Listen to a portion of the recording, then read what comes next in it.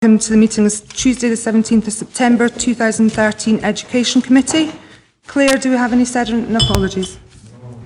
Chairman, apologies from Councillor Carruthers, Mr McQuiston and Mr Birrell. There are 21 members present.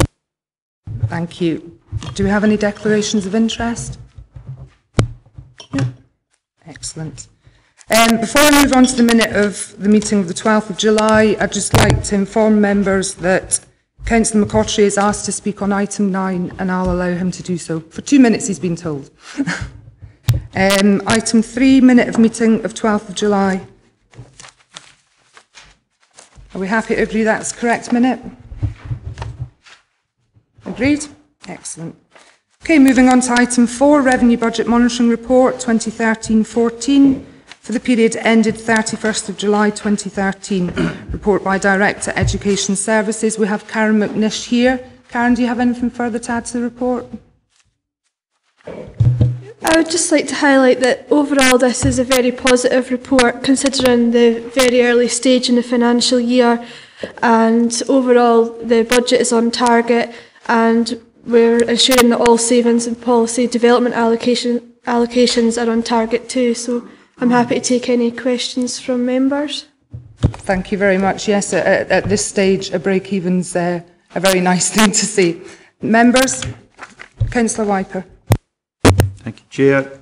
It's just a query on page 13, bottom half of the page, transport, 1791, final outturn 1213, base budget 526. Was that a hike last year, or was there a reason it went down so far?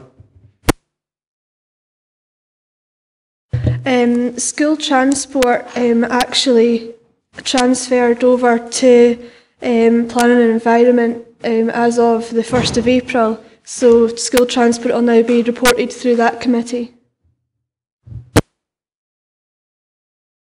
Councillor Witts. Thank you, Chair. I would refer to paragraph 5.2 on page 10.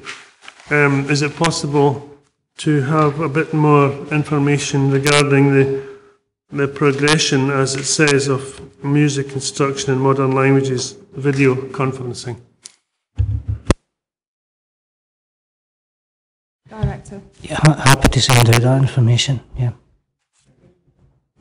I think we did agree that at some point we'd probably have a future report on music instruction and the uptake of such, but that probably wouldn't be until next year anyway, but an update at this stage would be very useful. Chair, the main agreement on music instruction in terms of policy development was to reinstate free music instruction for those who were, for the categories that had previously been the case. We've fully reinstated that, so the budget policy development side of it is 100% complete. Councillor McKee. Did we do anything in the teacher refresh scheme this year at all? Director.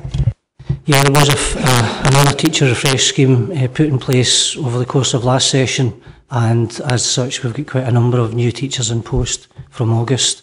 Again, where it's something which has ongoing savings, we're able to implement that at an operational stage in future years, but we need to always carefully judge whether we wouldn't leave ourselves in a position where we were short of staff. So again, we'll reassess for next session, but there was a teacher refresh scheme last year and that's been highly successful, I think. How many have you got in this year? Sorry. I'll get the information to you, but it was probably around 40 or 50. That's at the level. We get a full report. It was just whether we're continuing with it or not, but that's fine. You're content with that answer, Councillor McKee? Excellent. Okay, Councillor McComb. Thanks, Chair. A couple of points from the top of page 10. 3.2.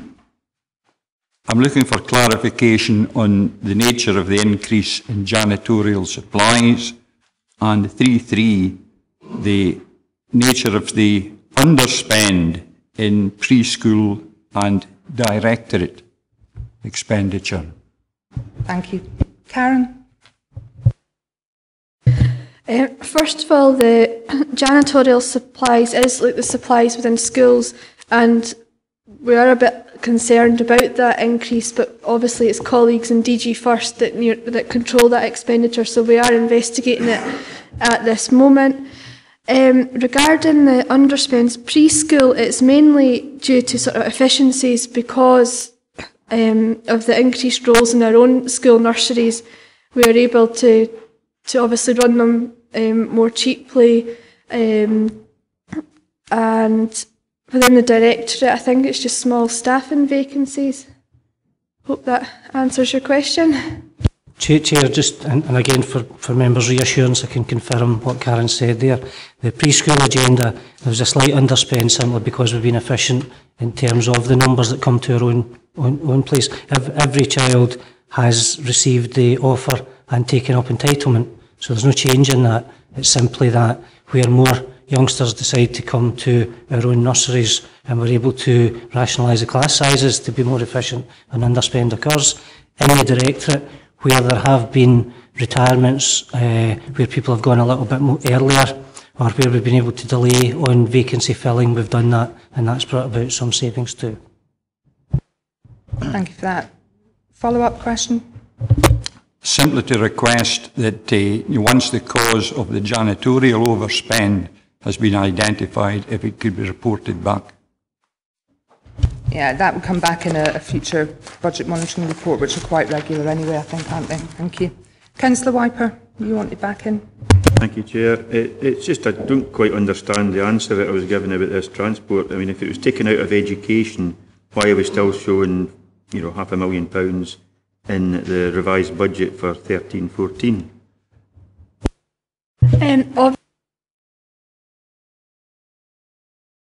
Sorry, we still need to pay the staff transport. Obviously, we've got a lot of teachers that work between various schools, so obviously there is still a significant transport bill that is paid directly to staff. Councillor Lever. Yeah, my query is 5.2 again, the short delay in the recruitment process for staff within the GIRFEC early intervention. Could I have more information about that? And the second one is on page 13, the government grants.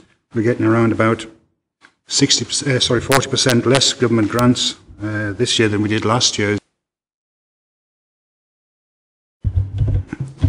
I can answer the first one. The policy development funding was around GIRFEC. There were two different things that we were trying to do. One was to give all of the primary schools additional management days to allow staff to come out on cover, to come out to GIRFEC training. So that's been fully implemented. The other part of it was to look at the possibility of having 4 paraprofessionals appointed who might work across the 4 districts and try to support schools, particularly in vulnerable areas, to work with other services. And I think the delay has been around the job description recruitment side of it. However, I spoke to Hugh Smith this morning about that, and it is progressing, but we'll give a report back on that one to let you know where we've got to. Karen, do you want to pick up on the second point? Yeah, there's 2 reasons why the government grants have changed. The first one being that the government used to provide us grant for trainee teachers, but that's now been built into our budget on an ongoing basis rather than doing it year on year. And the second point is at year end we usually get a grant towards the cost of our broadband charges, so we wouldn't get that until the end of the year, so that will show in our year end report. Okay, I have no further members wishing to speak. Can we move to the recommendations? Are we happy to agree 2.1? Note that based on the position at the end of July 2013, education services are projected to break even against the 2013-14 agreed budget. Happy to note. And note the progress at 2.2 against the delivery of the agreed savings applied to the 2013-14 education services budget, and that this is projected that the agreed savings amounts will be fully secured in the current financial year. Happy to note? Yeah, excellent. Thank you. Okay. Have we an officer change? Oh, note the officers in the room. Excellent. Moving on to item 5, rural school provision for Sorbie Primary School. We have Claire Renton here to speak to the report. Fairly straightforward report, and I'll let you get seated.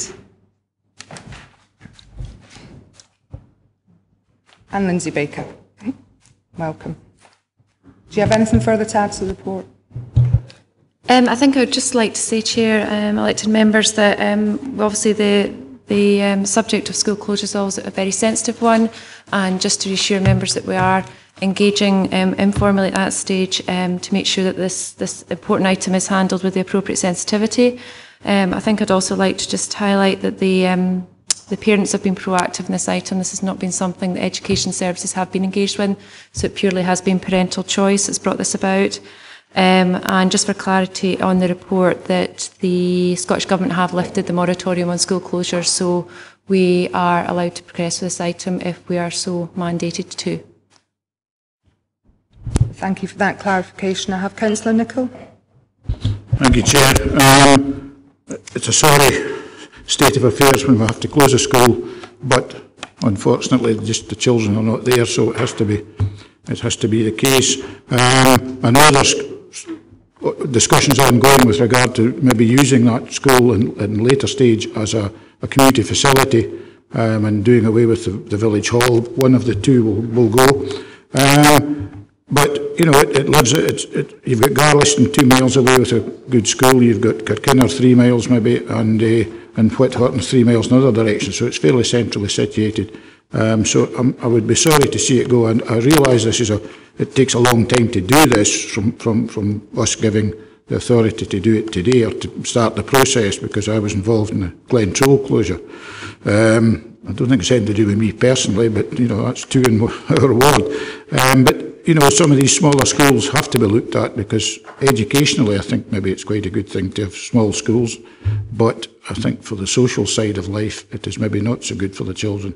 So I would have no problems in supporting the recommendations that are here, and hopefully the children that are in Sorbie will be happy wherever they find themselves, whether it be Kirkinner, Garliston or Whithorn. I think it's mostly Garliston at the moment, but they're all within a relatively short distance, so I would have no problem in proposing the recommendations as they stand. Thank you very much for that, Councillor Nicholl.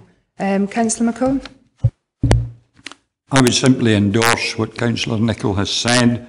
It's very unfortunate that this has come to pass, but it is a reflection of the demographic changes which have taken place in the rural area Sorbie is located.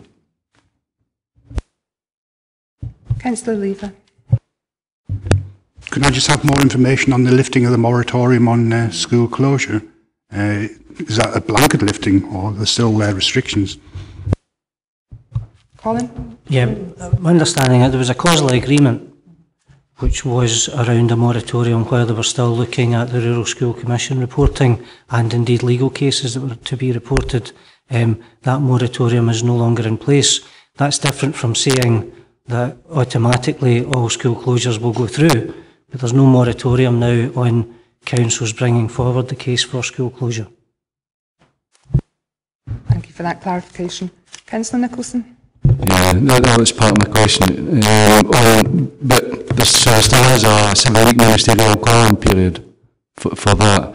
And also, I think what's important is that in this area, I believe that the village hall is down for closure. Is that the case? It is being closed, and if it is being closed, I think, you know, further discussions with the community use of this hall, I know it is ongoing, but I think it should be firmed up, because, you know, that is part of the reason that the Scottish Government will then backtrack on that, and they will put problems in their way. Thank you. Before I bring Lindsay in, I know certainly I've had some discussions with the local members in that area, and there was a lot of community discussion as well as to what facilities within the community would be the best use, and I think that there's a lot of ongoing discussion on that basis. And I'm quite satisfied that the local members there and the community groups and the communities themselves will come to a really reasonable solution for the best of the village of Sorbie. I'll bring Lindsay in. It's just to confirm that Councillor Nicholson is correct, and there is a 7-week call-in after we've gone through the process and after it's been back to committee to say that you wish to go ahead with closing the school. We then inform ministers, and they have a 7-week period to decide whether they wish to call in the decision or not. Thank you for that clarification. Any other members? Councillor Nicholson, did you want back in? No, it's just that I do think it's important that we make every effort with the community. I know you're saying, you know, that there are ongoing discussions but I think, you know, before we actually do have a firmed up way forward for the community in these, with one of these buildings, but because I believe the community hall is being shut. Thank you for that. Do I have any other members? Oh, sorry, Claire. Just want to respond to Councillor Nicholson. We are working with Strategic Property Services and Community Customer Services regarding community assets in Sorbie as a whole. So there is a joined up approach being taken by the Council. Last week we had condition surveys produced for the various buildings, and I've had personal engagement with the school, the parent council and the local community, and we're meeting them collectively to have discussions about what the community needs and wants. So I think we've got a good understanding of that. There's not a solution on the table yet, but I think during that 6-month period, that is a reasonable expectation to say that when we come back to you, we'll give you a whole village concept about what is happening here. Thank you for that. Councillor Wiper. Thank you, Chair. Forgive me if I'm wrong, but I mean, is the future of the public buildings in the village not a separate issue from the school? I mean, it seems to me if there's no pupils in the school, it's a bit of a no-brainer. Why are we even thinking about keeping it open? But the future of the buildings should be looked at separately, whether we need to keep one building open for the community, which I would hope they would, or which one it is. But that's a separate issue from the role of the school. If there's no pupils in it, then it just seems, why are we even having consultations? I don't understand that, I'm afraid. Yeah, I mean, the report in front of us is to agree to a statutory consultation process on specifically the school, and the ongoing negotiations as to future use in the community is, I would agree, a separate issue, but one that's been raised today. So, thank you. Councillor Nicholl, did you want back in? Yeah, just to say that the local members have got this well in hand. I think we've had meetings with the community, and we have, I think the agreement we have at the moment is that neither the village hall nor the school, one of them will stay in the village, and it's being assessed which is the better option for the village for the community as a building to be used. Excellent. Councillor McCone. Yes, certainly my belief, and I'm sure my colleagues in the ward share that, is that there should remain a communal building in the village.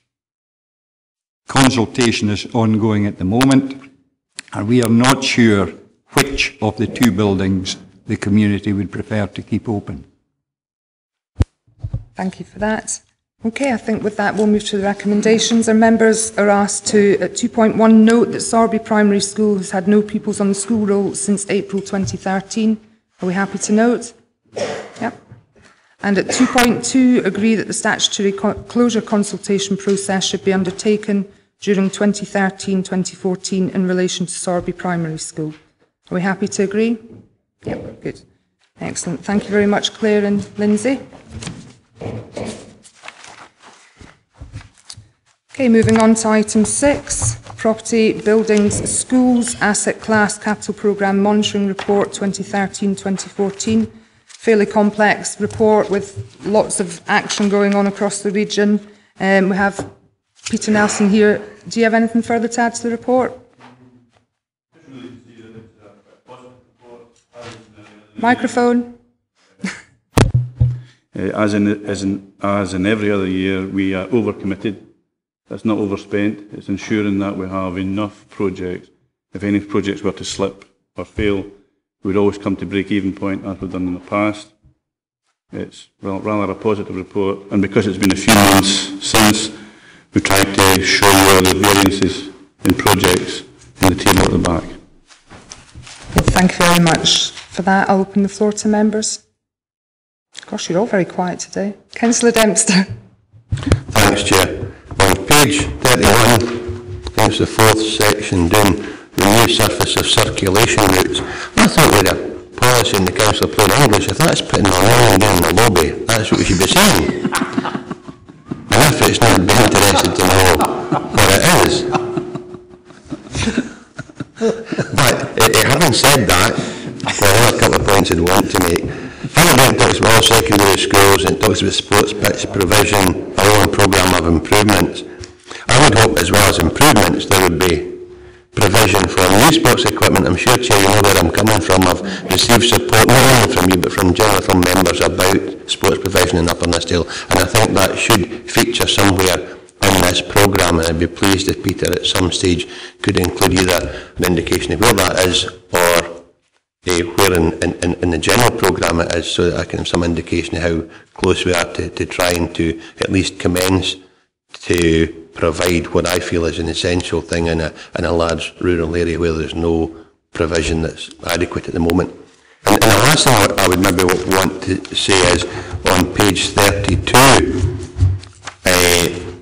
Pen Punt Primary School, and again the plain English in the right hand column where it talks about pen punt and renewing the heating system, it talks about the project temporarily suspended pending results of biomass POE, post occupancy evaluation. I don't know what that means either. It's either in or it's not in, and if it's not in, then I don't know if you can evaluate it in Pen Punt Primary School. But my main concern is that we're going to provide a heating system of some kind, and given the change in temperature this week, I would have thought maybe the sooner the better, but if Peter could answer that, I'd be grateful. And also an assurance, if you like, that that money will not be spent and then there won't be any money in the next programme, if you like, to provide that heating system. I'd like to be sure or assured that the heating system will be introduced and installed in that primary school. Yeah, I think before we bring Peter in, the same concerns been raised at Lochmaben, that we seem to have been waiting for information back about biomass boiler POEs and all sorts for probably about 2 years now, which doesn't allow the schools to move forward with efficient heating systems, and it's a matter that really needs to be addressed. I'll bring Peter in on the other tacits. Recirculation is to renew the surfaces. Microphone, Mr Nelson. Yes, that is correct. It is to renew the surfaces, whether it's linoleum or carpet or anything else. Sports pitch improvements, there is a priority programme, and hopefully we will put that priority programme to the next report to this committee, and I'm sure Sanka will focus on that one as well. With regards to the post-occupancy evaluation, the report has been produced, and there are some final details we're working on in relation to its actual physical management by the council. There have been some discussions as to whether to use biomass from Scottish Government point of view, and we're just trying to clarify that. And as the Chair said, we have the same issue at Lochmaben, and we've actually got the same issue at Langham as well. All we're talking about, we're putting in the heating system and the heating source, whether it's gas, oil, biomass. It's just the final decision to make sure that biomass is actually the correct choice. That's the only bit. And I suppose briefly your indulgence, Chair. Absolutely. How soon are we talking about? Because if it's not in the 2014 programme, that means, or 13-14 programme, I would suggest that means it's beyond April next year. The designs are all done for all of these projects. It's actually just the final resolution of the heating source, the boiler, and that's really all it is. So the Penny Punt one, already there are designs already complete. I can't give you firm dates on these, of course, but as soon as I can, I'm sure this committee will hear about it.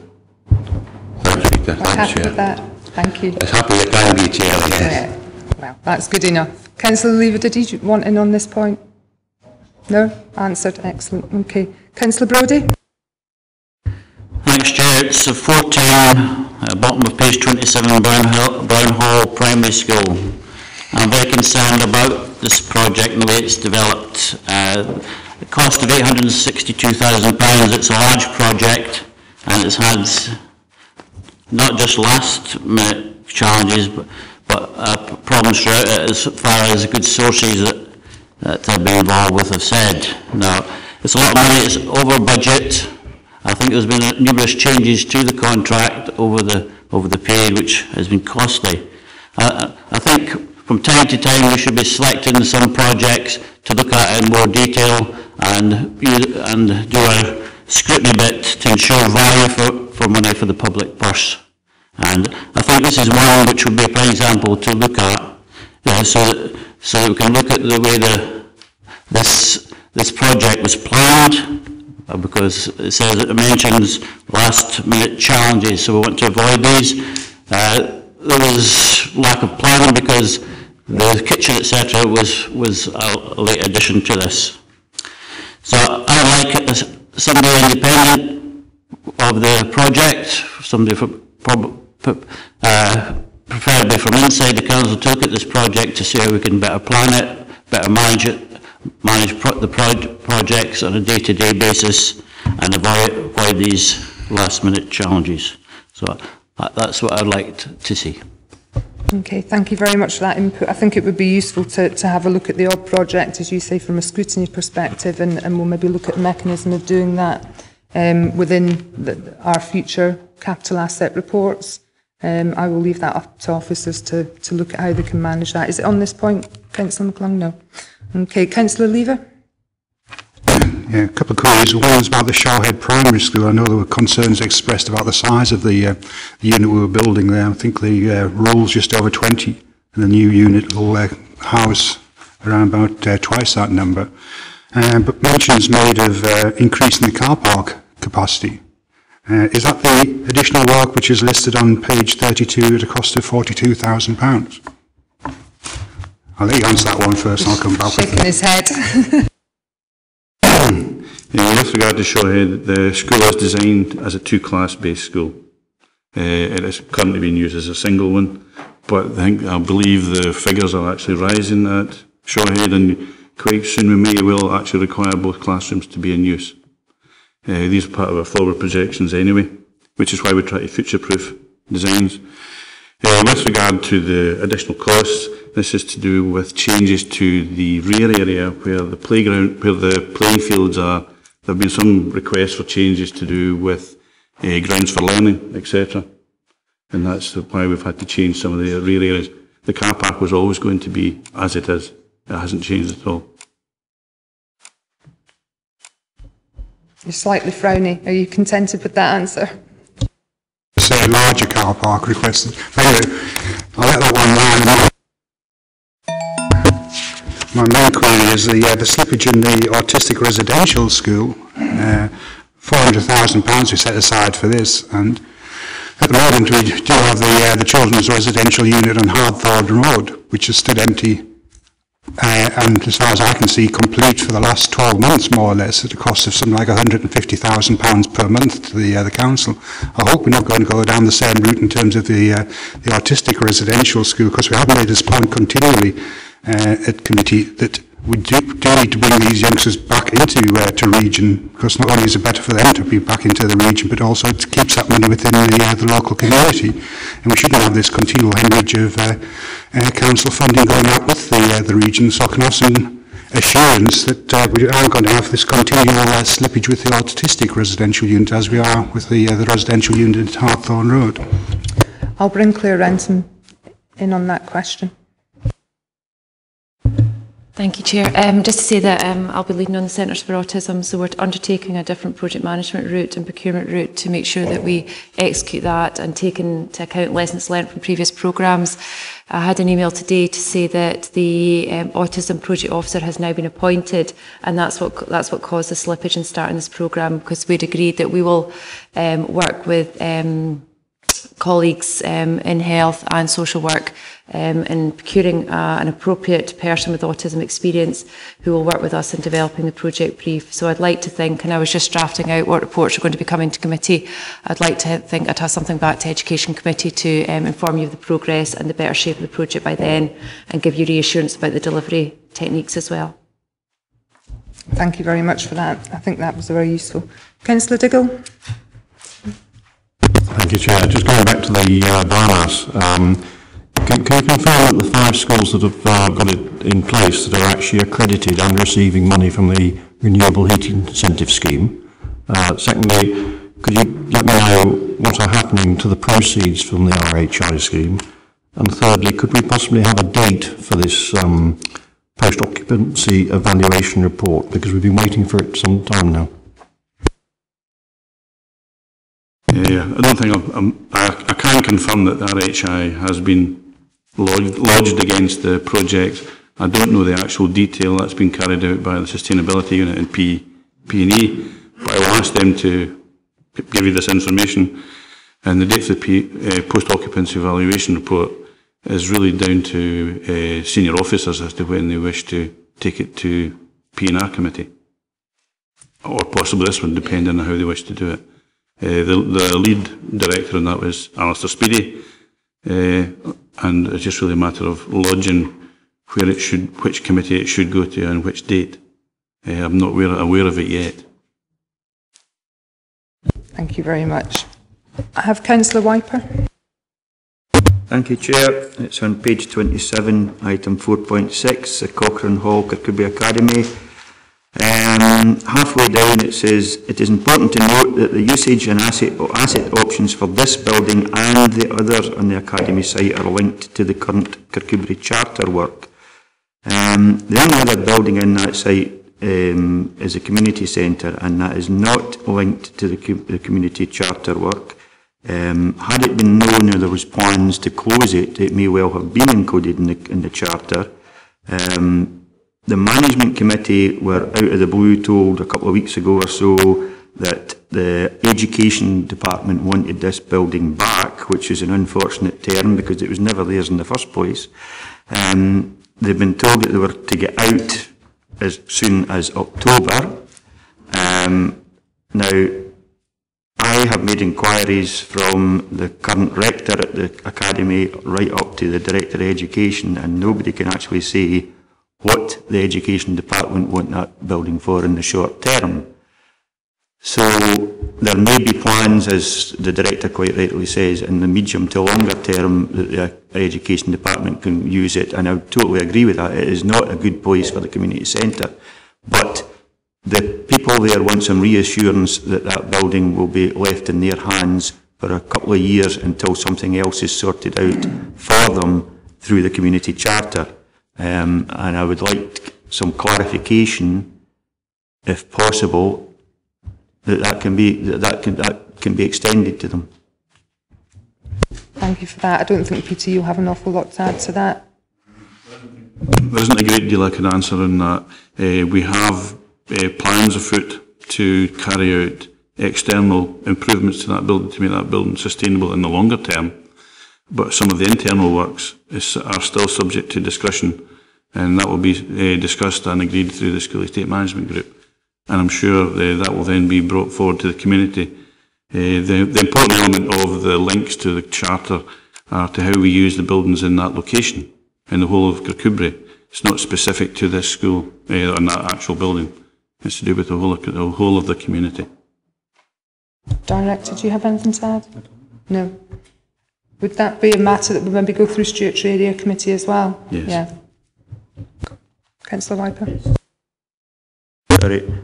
The community centre actually isn't included in the Kirkcudbright Charter. The review of the facilities in Kirkcudbright, it's excluded from it. And it's the degree of urgency it was put to the management committee of that building. The education wanted it, and they wanted it very quickly. Now, nobody can actually tell me what education want it for in such a rush that the management committee of the community centre have got to vacate it as early as next month. I've got a lot of blank and shaking heads. I think that's maybe a matter we'll need to take up out with the committee with possibly officers from CCS as well, because I suspect that the direction has come from CCS, if we can do that. Okay, right, well I think we'll go away and investigate that. Thank you. Councillor McClung? Yeah, thanks, Chair. Just an overall question. When are the conditions of the school buildings actually reviewed for their position in the asset class? I'm quite sure Mr Nelson will be quite well aware of what the school I'm referring to.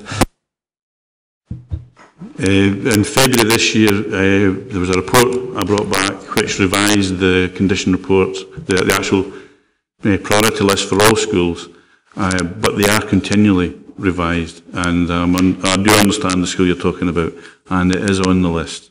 We are also, just to actually ensure, as part of our forward planning, we're actually now looking at putting, I hate using the word shovel ready, but we're actually putting a lot of projects ahead and having them in the drawer. So if opportunity funding did come, we wouldn't be caught waiting. We would actually sit and waiting for, give us more money and we'll spend more. Thank you for that. I think he'll be delighted. He's smiling, which makes a change. Councillor Jin, did you want to come in? Thank you, Chair. Good morning, Peter. My question is at the page 32 regarding Local Briggs Primary School. Rationalisation proposals. There's a slippage of £40,000 delayed due to educational reassessment. I would like to know if you could tell me what are the proposals and what's the current position. Thank you. Peter? As with several schools, we're looking at usage. Locker Briggs, there have been some changes at that school over the last few years, and we're really keen to invest in areas of that school, but we want to invest in the areas of the school that we would see as more sustainable than other areas. We've had a look at the tower block. There have been no decisions before I say any further. And as you maybe noticed recently, we've been doing some more external improvements to the school. There are still some toilets to be done. And we're just basically, as a rolling programme of improvements through that school. We're also looking at the numbers, pupil numbers, and ensuring that we have the school in a fit enough state for the number of pupils that there will be there. So we do have a plan. And what the plan is also linked to how education may operate that school in the future. Okay. Thank you for that. I have Councillor Diggle. Thank you, Chair. First, out of the 3 questions I asked, none of them have been answered. Could I just ask that the relevant officer is contacted and come back to the committee with the detail, please? I think Claire's got a note of the questions, as has hopefully Peter, so we'll ensure that that's done via email.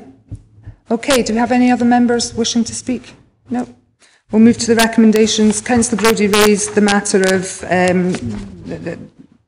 the project at Brown Hall Primary School and the potential of how we can scrutinise the process for larger projects of that nature. We have recommendations here. It's whether we want to add a further recommendation at 2.3 as we go down through. Councillor Brodie, are you going to propose as such? I'm going to propose an amendment or addition or recommendation 2.3. Okay, right. We'll go through 2.1 and 2.2, and then when we get to that, I'll take your wording. Thank you. Are we happy to note the progress updates at 2.1 on individual projects within the 2013-14 Property Building Schools Asset Class Capital Programme as reflected at appendix to this report? Happy to note. And to note that further monitoring reports will be brought to this committee during the course of this year to provide further updates on the progress of the Property Building Schools Asset Class Capital Programme at 2.2. It's quite a mouthful, actually. Are we happy to note that? Okay, I'll bring the director in before we go to some wording for 2.3. Colin? I really welcome the suggestion from Councillor Brodie around certainly every so often taking projects and having a look at them and scrutinising them fully as to how the link between the Education Committee that commissions work to be done, the Education Department, Property Services, and DG Design or others in terms of the delivery and DG First. What I thought might be helpful is the fact that we do have a brand new Head of Property Services who's been appointed a few weeks ago. In the education side, clearly Claire Renton, in terms of project management, has come into the service within the last 3 or 4 months, and I wonder whether a level of independence from new people coming in would be the right level of independence at the first look at things rather than going out with the council.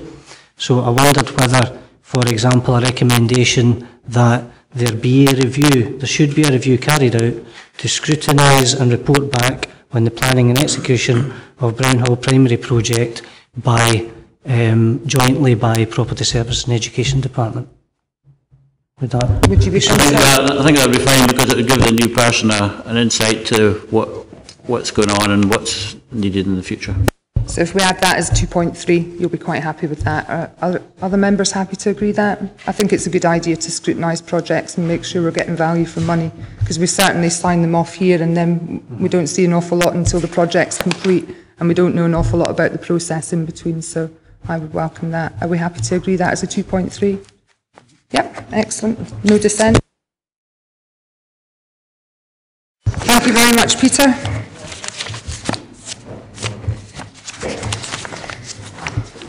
Okay, as we move on to item 7, Director's End of Year Assessment of Business Plan Performance 2012-2013 Education Services.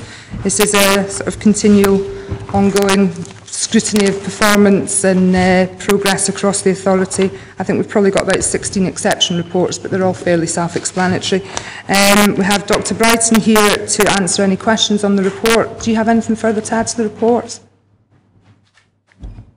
No. Director, is anything you would wish to add? If I could, Chair, what I would say here is to some extent it's really up to members to decide to assess what their assessment of the performance is of the Education Department over the year. It's a very extensive report and clearly we're happy to try to answer questions. What I would say is that overall, given a number of positive targets on track, it probably demonstrates the really hard work that's going on in school and out with school to try and benefit young people, but I would draw your attention to the exception reports. They're really important. Some of them are positive exception reports and some are negative exception reports. The positive ones, particularly the S4 attainment, I think will place us right up in the very top shelf in terms of local authorities. The S6 with particularly strong results again, which I think will put us in the top 5 of all 32 local authorities.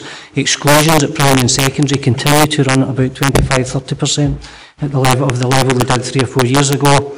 And the tariff points, which is the number of overall points that 4th year get, again very positive. The negative exception reports, maths and arithmetic, and obviously we've talked about that before. Once we did some standardised assessment, we picked up on the fact that our youngsters were not doing nearly as well as we would have expected. That's continued this year, but there has been improvement.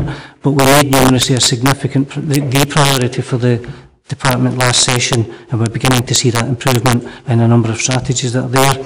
Positive destinations was a negative report, but once we updated it, we've actually established that there's been significant improvement there, but it continues to be a really important area for our council in terms of employability, etc.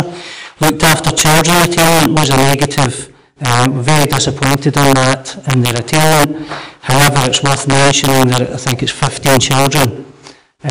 So one of the issues there is there can be a huge fluctuation because these are the very kids whose lives change by the day, and for whom there is a fluctuation in their daily experience, and a very small number of kids, quite often that can cause that sort of fluctuation, but it doesn't mean that we need to not continue to target and work on that. The other 2 negative ones are GLOW, and that's about usage of GLOW, but we're in a migration period of moving from an old system to a new system. We'd probably have anticipated that. And lastly, although teacher absence or attendance, has improved really significantly over the last couple of years, non-teacher attendance has not, and we've got an action plan in place to look at strategies to bring about improvement. So that's just a short run through the positive and negatives, but clearly it's a very wide report, and we would be happy to try to answer any questions that members have. Thank you very much for that. I have Councillor McKee. Yeah, thanks, Chair. Actually, it was on GLOW. Do we pay anything for GLOW? There's a very low nominal cost for GLOW. No, we don't pay specifically for GLOW. We do pay for a broadband connection, but we don't pay for the actual GLOW infrastructure itself. It's just that the information I'm getting is that it's not working properly, and I think you've got in here, we're getting an update in October next year. Well, that's an absolute disgrace. Has it changed much in the 10 years we've had it? And to wait until October next year for an update, my understanding is teachers want to use it for talking to one another and exchanging information and that sort of thing, but it breaks down and all that sort of thing. And I also find that talking to some youngsters, they're using another system, well, they can use it from home or from the classroom, I believe, where they can question teachers and get their homework and do all these sorts of things, which is not on Glow at all. So, and some schools don't seem to have it. So can you just explain where we are with these sorts of things, please? Absolutely. Thank you. The head teachers were concerned at the business meetings last week for exactly the points that you raise. There are two issues with the working of Glow at the moment. One is the platform that it sits on, and that has changed. We will get a new operating system for our computers in schools in October this year. That will speed it up. So that's the first issue. It is too slow, and that's why the usage levels are down. It is out of our hands. That has been out of our hands because RM, who own Glow, moved the operating platform so it wasn't consistent with our systems. We did not expect that. The other thing is our broadband connection. A broadband connection is slow on a particular point of the week, which we're referring to as the golden time spike, which means that the youngsters are using lots of interactive learning on a Friday afternoon, and that tops out our broadband connection. But the schools are finding ways around this, which is exactly the point you raised regarding the use of Edmodo. Edmodo is an online system for schools to communicate with pupils and communicate also with parents with regard to their homework, and it works out with and outside Glow. But it's not contradictory to Glow. So schools are finding workarounds. But we will be hoping that we get a better platform and better broadband connectivity so that together it will allow our youngsters to have the best possible technology for learning and teaching. Thank you for that. Follow up. Given the money we expended over the last few years along with Scottish Barbers and introducing broadband to all schools and whatnot, is it a case you're using the capacity, or is it not up to capacity? Is the service you're getting on broadband not enough to cover what you need? We're finding out that because of the increasing power of the devices, that it's just an exponential growth in my technical language is not that good here, but an exponential growth in the need for that connectivity. So at the moment we're at 4 times higher than we were this time 2 years ago in terms of the amount of power, the amount of connectivity that these devices require, which is a positive given the fact that we've got the technology to use it, but we've only got a 4 meg connection in some of our smaller schools, and that's challenging. I think I've got about 0.4 at home. Councillor Witts. Thank you, Chair. There's a couple of points I wish to raise. The first is on page 41, number of primary schools with 2 hours of PE per week per pupil. I've written in the margin my notes, going the right way but not fast enough. And I think that's fair in terms of the adverse publicity we hear about our health situation and obesity and all these concomitant problems that will come along if we don't set down at a young age a good lifestyle and a lot of PE in primary schools. I mean, it's a no-brainer. That's what we should be doing, and I'm just anxious to see that this continues, and it's desperately important. And the second point was on page 45. In terms of support innovation and the development of new sustainable models of delivery and new ways of working, ESO4A percent. There's no statistics here at the moment. It's now almost 3 months since the end of the previous session, and I wondered when this information would come along. Certainly, we aim to have this information as for the beginning of session in April. We didn't get the data in time for the printing of this report, but I'm meeting the probationers this afternoon, so they are here, they have taken up post, and I can certainly report that to members. Thank you very much for that. I think just the issue of the 2 hours of PE in primary as well, I think we have had this discussion before about what we used to regard as extracurricular, and of course it's all curricular now, and active schools programmes, and how we can actually get a mechanism to report uptake in activity, sort of within and out with school sort of standard hours. I suspect that an awful lot more would be doing more than 2 hours per week. But we have sort of tried to look at that before, and I don't know how we can maybe evidence that in the future, in a future report of that nature. Certainly. The excellent extracurricular sport and activity that occurs in our schools doesn't count towards that 2 hours of PE, but we know an awful lot of our smaller schools in particular who don't have PE facilities do use extracurricular sport. So I think it is important that we capture some of that. In HMI reports, they do take that into account, but they don't count in terms of the 2 hours. Follow-up, Councillor Witts. Thank you, you're very kind. The role of the class teacher is crucial, of course. The specialist teacher is important, but I think we have to keep reiterating that. Thank you. Councillor Nicholson. Thank you, Chair. Just to pick up on the Director's comments on manual arithmetic for P7s and general mathematics and looked after children. It's fair saying, for example, the number of children is looked after is small, but that's not the reason that they don't go right for these children. What page are you on, sorry? You didn't ask the Director that when he spoke. No, sorry. 61, 57 and 56. I'm getting confused, that's all. But, it might be a relatively small number of children, but it's just, the ethos in here is that every child, get it right for every child. And when we look at, particularly vulnerable, looked after children, it is more important that we do get it right. And, for what I can see in here, it's just like a PR thing, it's like an excuse, why we're not doing things rather than getting it right for these kids. It's the same with the mental arithmetic for P7s and general mathematics for P7 kids. We're actually failing, it's a relatively low number, the target, but if you look at it in a larger scale, we're actually failing 46.8% of P7 kids on mathematics and 57.6% of kids on mental arithmetic. It's not good enough. It's fine saying the percentages is going up by 2% and 5%, but it's not quick enough and it's not good enough that we'll actually do that. We need to drive these forward. We need to find different solutions. If those solutions are only taking up that slowly, we need to find different solutions. And I want to know what these, the Director and the others are doing to combat this. It's a disgrace. It's an absolute disgrace that we're failing these kids. I would agree that we need to strive for better attainment. Gillian. Thank you. Yes, I agree also. What's interesting is that, and it's not an excuse, but it is an interesting observation from the information, that P5 is on target and S2 is on target. And I've reported this to committee before.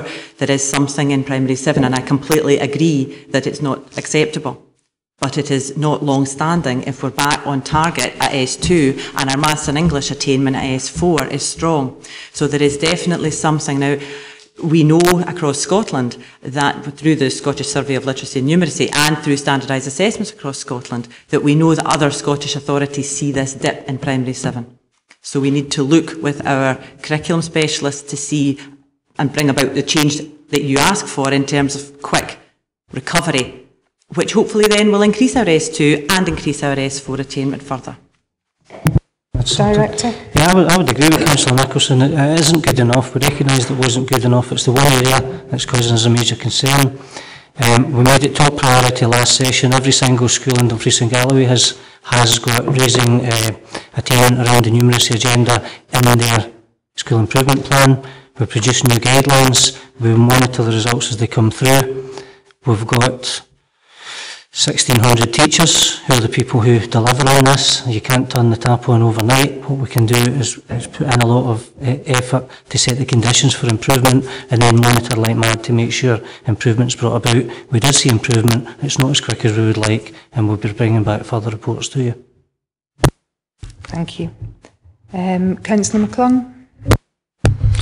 Yeah, thanks, Chair. It's a couple of points. Going back to the 2 hours of PE per week per pupil in the schools, on the exception report on page 58, my question would be, is over the last 3 years, it's been 81, and it's increased this year, or 12-13 to 84. The ones that weren't achieving the 2 hours over the 3-year period, were they the same schools or were they different schools? And the second point is on the The exception report on page 64 on the number of days lost, non-teaching, and also page 65, the percentage of days lost per employee. I know that we're teachers, sickness record went down, and I believe that was put down to, in large extent, to flu vaccination. Did we offer the same to the other staff that were in, bearing in mind that a lot of the staff do have contact with pupils, so it wouldn't just be teachers that we would need to immunise? Chair, happy to pick that one up. I'll pick the second point up first, if I might. Yeah, the flu jab was offered to everybody who works in schools, so and there was a really good uptake actually, and that's why we actually didn't put anything, the improved teacher attendance, we didn't put down to any single factor, because if it had been that single factor, we would have expected that to lead on to the same situation with non-teaching staff. We think it's a combination of a lot of things. I do think probably the refresh agenda around the teacher scenario probably has contributed also. We think there's a range of reasons, but one of the issues about the non-teaching staff is that we need to look at some very practical measures that can bring about improvement. That's why there's an action plan. Sometimes the absolute clarity of line management, the reporting on, the early discussion about absence is easier to bring about where there's absolute clarity with the teachers, whereas not with the non-teachers. So we've got a number of things in place, but just to confirm on the point that you asked, non-teachers were given the flu jab or offered it. The first point about the numbers in PE, yeah, it is basically the same schools that are we're trying to lift up. We are more about the Scottish average now, and we are improving gradually, but I would bring back the point that was made earlier. We do a lot to bring about a lot of sporting activity for kids beyond the 2 hours PE, but quite often some of our wee schools in particular don't have the easiest access to PE facilities, and so sometimes taking up and walking down to that facility and walking back, and sometimes when they're reporting that, it's not coming out as the 2 hours overall. We don't think that's a massive problem, but we're continuing to seek improvement. We'd like to get to 100%. Okay. Thank you for that. Surely the walking down and walking back is exercise in itself. Yeah, I know what you mean. I have Councillor Lever and then Councillor McCall. Thank you, Chair. The number of youngsters achieving formal qualifications, it's very good to see that continues to increase, and I think it's a congratulations should go to the pupils and also the staff for achieving this year-on-year improvement. In terms, once again, of the number of primary schools with 2 hours of PE per week per pupil, how many children is that? I mean, I know it's 84 schools, but how many children does that equate to? My other question is about the percentage of staff who complete an annual performance development review. That stands at 84%, although it hints in the report that we think there are more people having this than has actually been reported. I think we really need to tighten up on the reporting of this, because I do think at a time when we've got such major changes within the education with all these new teachers coming into the teacher refresh scheme, that we give them maximum support, and one of that is obviously to make sure they do have an annual performance development review as a matter of course. And my final query is with regards to the Dalbeattie Learning Campus. There was a report on, I think it was the opt-out last week, about a consultation being carried out in Dalbeattie, and I think there's a reluctance amongst the people who consulted to actually make use of the facilities if they've been located there, such as the library, etc., because of its peripheral nature within the town. So is that going to have any influence on what we intend in terms of the Dalbeattie Learning Campus? Chair, I'll bring us in then for those questions. There were 4, Councillor. The first one was an observation, wasn't it? I think it's a good question about the number of kids doing PE, because if it is our small schools and it's maybe 12 or 15 of our small schools and it's very small numbers, percentage-wise it might be tiny, and I think we'll find that out for you. That's a very good question. The next point was APDR. APR. The PDR. Again, we are surprised that the records show that it's 84%, because this has been established in schools since 1991. We are quite clear that if teachers are not offered a PDR, they would shout, because it is an entitlement for them. So I'm confident that it's something to do with the reporting system, and you're absolutely right, we will strive to make sure this is reported clearly, and it's important that our young teachers do get that opportunity. There is an additional complication there, which is because of the number of supply staff we have that come in and out, and maybe people that aren't there for a full year and then are away somewhere else. Sometimes people slip through the cracks. It's not many, but we do think a significant percentage is in tightening up on recording, and we continue to work on that. On Dobiti, Claire? Yeah. Thank you. With respect to the consultation you referred to, that was led by our CCS colleagues regarding the library relocation from the street centre to the Learning Campus. We've been supporting and working closely with CCS to come and try and find a solution with that. The very loud community voice that we heard last week was they're concerned about relocating the library out the main street because they're understanding, there's a lot of gaps in the main street already. That would just add to it. Obviously, accessibility for young mums, elderly people. So I think everybody's hearing loud and clear. We have a stewardship area committee tomorrow whereby CCS are presenting a paper which again we're supporting on to discuss what the implications of that are. I think there's sort of two key items that are coming out of it. It's about a whole town planning concept for Dalbeattie to make sure that the benefits of the education project are maximised across the community. But also making sure the community feel part of this project. I think it was certainly a very good exercise for me in terms of community engagement last week, and I took a lot from it. I made some very good and positive contacts about what the voice was saying. In terms of any implications to our project, we are putting an update and hopefully a stage approval on this committee's agenda for the next meeting. To date, we have 170 metres squared allowed for community library facilities. I think it's only fair to let the due process and the consultation come through in terms of allowing elected members to make a decision on that. So I wouldn't want to preempt it, but suffice to say it's not of sufficient scale to have any material detriment to our project. Thank you for that clarification. Follow-up, Councillor Lever? Yes, just coming back to the Learning Campus, I see that there are ongoing negotiations with St Peter's. I think we were told at the July meeting with the Education Committee that the role at St Peter's was down to 2. Now, I've got very real concerns about a school with 2 pupils in it. And come what may with the negotiations, I think we do need to somehow incorporate those 2 youngsters within the project as a whole. So what sort of negotiations are ongoing? And just as an aside, I think we also need to check on the data which is given on the school's website, on the council website, sorry, in terms of the roles, because I don't think they've been updated for quite a long time, so I think that really needs to be updated. Director? Council, we will check those figures on the website. St Peter's role has doubled. Okay. So I'm not saying they're as valuable or otherwise, but they're now sitting at 4.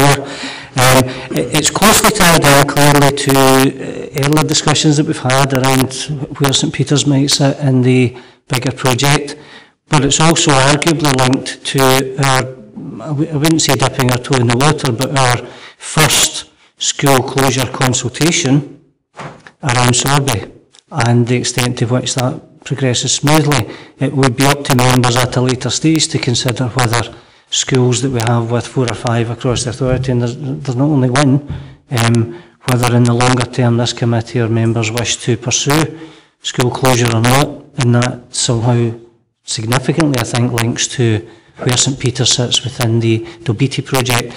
It's slightly more complicated than the straightforward school closure because actually we would want a positive solution for everybody involved, and I think we're hearing what you say there, but it's quite a complex matter. Thank you for that clarification. I have Councillor McCone. Thanks, Chair.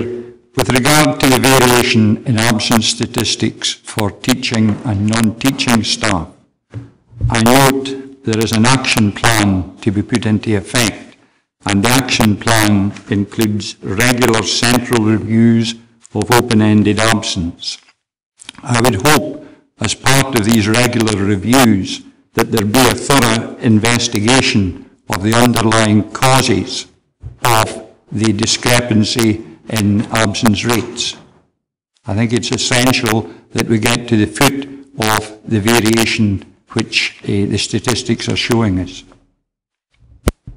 Director? Yeah, completely agree, and we work really, really closely with HR colleagues on that agenda. Yeah. Thank you. With that, I think we'll move to the recommendations. I've got no further members wishing to speak. A very comprehensive report, and as you say, some really good stuff and some work in progress, and certainly I think all members share the same sentiment as Councillor Nicholson, that we really want to see much better levels of maths attainment right across the board and for all children. Okay, moving to recommendations. We're asked to review at 2.1 the overall summary of performance for education services set out at Appendix 1, which we have done. And we've been asked to scrutinise the exception reporting in Appendix 2 and consider whether the actions proposed are adequate to improve performance and future monitoring of areas which have not met the target, and recognise the areas of good practice, high performance where the target has been exceeded. I think we've had a fairly good debate around the scrutiny of that, and there was a few questions that arose with answers which I think will be possibly emailed out, the pupil numbers for the 2 hours of PE. Councillor Nicholson, did you want to come in? Thank you. I was probably do with both, these especially important ones that I think are looked after children, the P7s, attainment in maths and arithmetic. I think we should have a report brought back about the measures new and old undertaken by the Education Department to combat these failures. That's all the failures. I think that's been noted by all and certainly taken on board by the Director and Dr Bridson. Director, you want to come in? Just to say, we would only know the outcome of that a year down the line. So although at the moment we can report what input we're having, we would want to concentrate on what outcome there is for you. I understand the outcome, but I'd like to see the measures, because the measures we are handling that's ongoing in a report to see how this. It's fine saying we wait to the end of the year or whatever, but there is ongoing assessment as well. I think, we need to get a hold of these. We need to get a hold of this. Yeah, again, what I'm saying is we've already identified the measures that are there. I'd be happy to send out something additional in terms of further detail, but to see whether it's making any difference will be through the ongoing assessment, but the actual assessment tends to be carried out on a cyclical basis, and that would be February. So there you go. We could bring back a report in March, but it wouldn't give an indication on the S4 attainment, because that would be next summer. But we'll keep it very high on the agenda for you. That's guaranteed. Thank you for that reassurance. Okay, so that's 2.2. Excellent. Thanks very much, Dr Bridson. I think you're staying for this next one, are you? Yeah. Okay, moving on to item 8. Let's get my paperwork organised. This is the refreshed business plan for 2012-2015 education services. We've obviously had the business plan reported to us previously, and there's some slight amendments and changes to that business plan. We have Dr Bridson here again to answer any questions, and the Director. Do you have anything further to add to the report? Thank you. Bit of context really for members' information. The service was required to present a refreshed business plan for member approval, and the brief was a light touch review of the 12 to 15 plan with an update of certain sections. The most significant changes are highlighted for information in Appendix 1, but the most central change for members' attention is, we feel, in section 2.1. It's at that point we review the aims of the service. We highlight the immediate developments, such as the new National Qualifications Framework, and we focus on planning the shape of our service from 2015 as we face increasing budget pressure. So this 2-year plan takes us through a transition period so that we look and feel different in 2 years' time, fit for purse and purpose. So in line with this closer focus on how we run our business as a whole, we ask members to consider us as a service undertaking service reviews in all 5 key functional areas of the activity-based budget as we go forward to 2014-15. I'm happy to take any questions. Thank you very much for that clarity. I think certainly as a committee we have looked at future service reviews with a very open mind and sort of taken cognizance of the reviews that we've done over the past year and 18 months now. And I think at this stage in the process it's essential that we have a good broad look at all the services that we provide and how we can do them better and more efficiently. I'll open the floor to members. Councillor Lever. Thank you, Chair. It is disappointing that we're not going to have these service reviews for the next 18 months to 2 years, etc. And we have met with, or the Labour Group has met with the Director to discuss this, because we are facing unprecedented cuts in the budget, not just for education, but for the Council as a whole. I think everybody recognises we can't continually slice the services we're already getting, because that's just no solution at all to facing these cuts. So once again, I express certainly the Labour Group's disappointment that we won't be having these service reviews. Other directorates are pushing forward with them, and Colin has given us his view on that, but it is disappointing in terms of that. I'm not looking at the business plan that reference is made to, find it, on page 83 to increase educational assets as a community facility. Well, this is something which we're all in favour of, and I think there's still an outstanding report awaited. I think we're now 2 years behind schedule in terms of the school letting policy, so it would be useful if we could actually have a date for that to see the light of day. On page 93, reference is made to the technician scheme, which has been under review since 2004. Is that anywhere near being completed after 9 years? And page 97, the preschool hours, they're going up to 600 per child. Early education and childcare. Have we received confirmation from the Scottish Government that will be fully funded, including capital costs? Are we still awaiting information on that? And I'm pleased to hear my final point is about the carbon management and energy efficiency, which is on page 96. We're currently receiving a 90% return. I think we should make sure that's a 100% return to make sure everybody realises how important it is that we do reduce energy consumption. And just looking at the figures, we don't seem to be making very much progress at all over the 4 years since the baseline figure was drawn up, apart from 2011, where we actually dropped very near the target, and then the following year we increased quite dramatically. Do we have any information about where it fell then and why it's gone up again since? Thank you very much, Councillor Leader. A lot of very good questions. Just on the school lets, which is obviously one of my bugbears as well, and I think we've mentioned it on numerous occasions, and a number of members, particularly newly elected members last May, actually have no idea what the letting process is about, or fees or the such like. And I would like to request a fairly timely report, probably in conjunction with CCS and DG First, to take a whole look at this issue and make sure that actually on the back of that it's promoted region-wide, and people are very aware then that these facilities are available and are available at a very good rate now. So I would hope that the Director would take that on board and liaise with his colleagues in the 2 other departments, and if we need to embed that in the recommendations, we'll do so.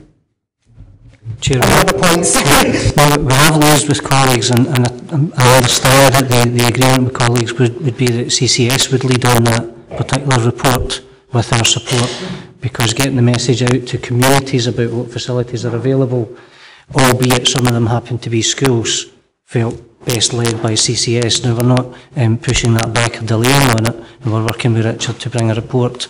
Whether that report then comes to 2 separate committees would seem the best way to go, but we recognise that you've been waiting for that one. The technician one, I saw Gillian wincing at that one. That has been a long-standing problem, and I'll let her pick that one up. It has been a long-standing discussion. We could not progress the technician scheme until we had the agreement following single status and the promulgation of post following single status, and now the career grade scheme is with HR. It is not, and reassuring members, it is not adversely impacting on any of our current technicians' terms and conditions. It is for new technicians coming through to ensure that they have got a staged career pathway. But it has been going on far too long, and I'm looking for HR support in progressing this. On the 600 hours, our full understanding is that will be fully funded, but there are different ways to deliver that, and that's what people are working their way through. And on the carbon management, I wouldn't pretend to have expertise, but do recognise and support the pushing for people to be very conscious of energy use. However, someone is more of an expert than me. carbon management is certainly on our strategy in terms of the project aspect and looking at the wider policy across education services. The key item into the raising figures that you're seeing is the opening of new schools, because new schools tend to be more challenging in terms of more sophisticated IT, more mechanical electrical systems, and that adds a burden onto our carbon management responsibilities.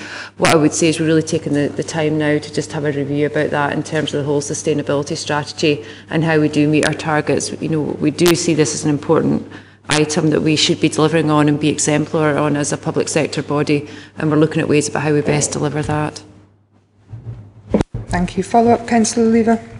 Just in terms of the report on the school letting policy, I do think it's important that we, as an education committee, actually have a major part in this, because I seem to remember the figures that came to committee before the recess showed that the average secondary schools let for something like 7 hours per week. That's an entire school.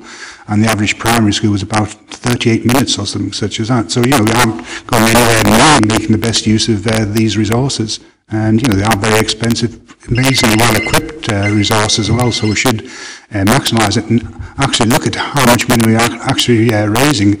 I can't remember the exact figures, but certainly well under £100,000 was the total income, and one of the things we asked was, what is the net income after all administration charges, etc. are paid?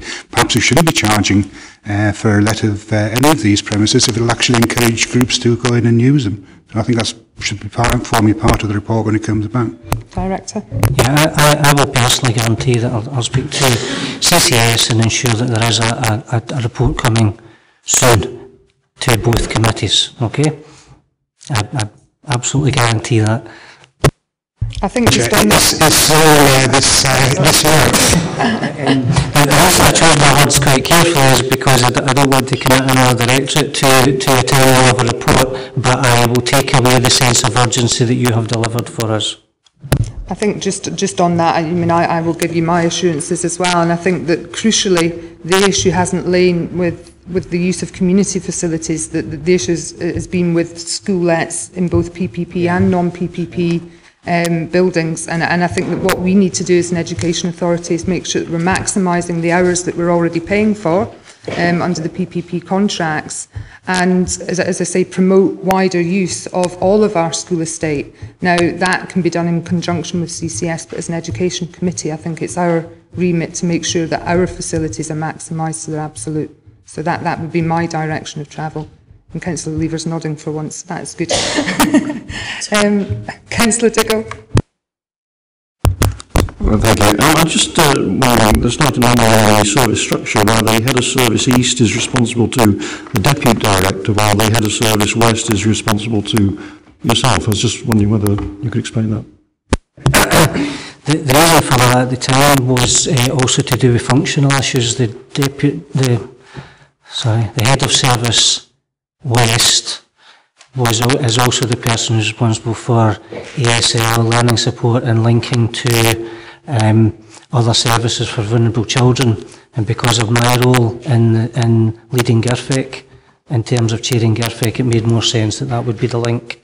That was the only reason for that. However, it won't have passed members' notice, perhaps, that we have a number of changes coming, and we're into significant transition for the service. As part of the savings agenda, we committed to saving at least £100,000 this year in the reduction of senior management posts, and 2 quality improvement managers are departing in the next 2 months without replacement. In addition to that, members might have noticed that my deputy director has chosen to retire. And so we're looking pretty carefully about transitional arrangements.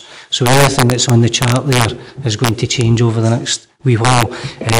We've got to be, I would draw your attention, as Dr Bryson did, to section 2.1, we need to be mindful of this massive challenge ahead for the service and for the council in terms of finance between now and 2015-16, and where we're trying to protect frontline services, it must mean a streamlining and slimming down again further of the central team. So that's all very much a transition and progress at the moment, and as I say, the structures there don't reflect where we're likely to be quite soon.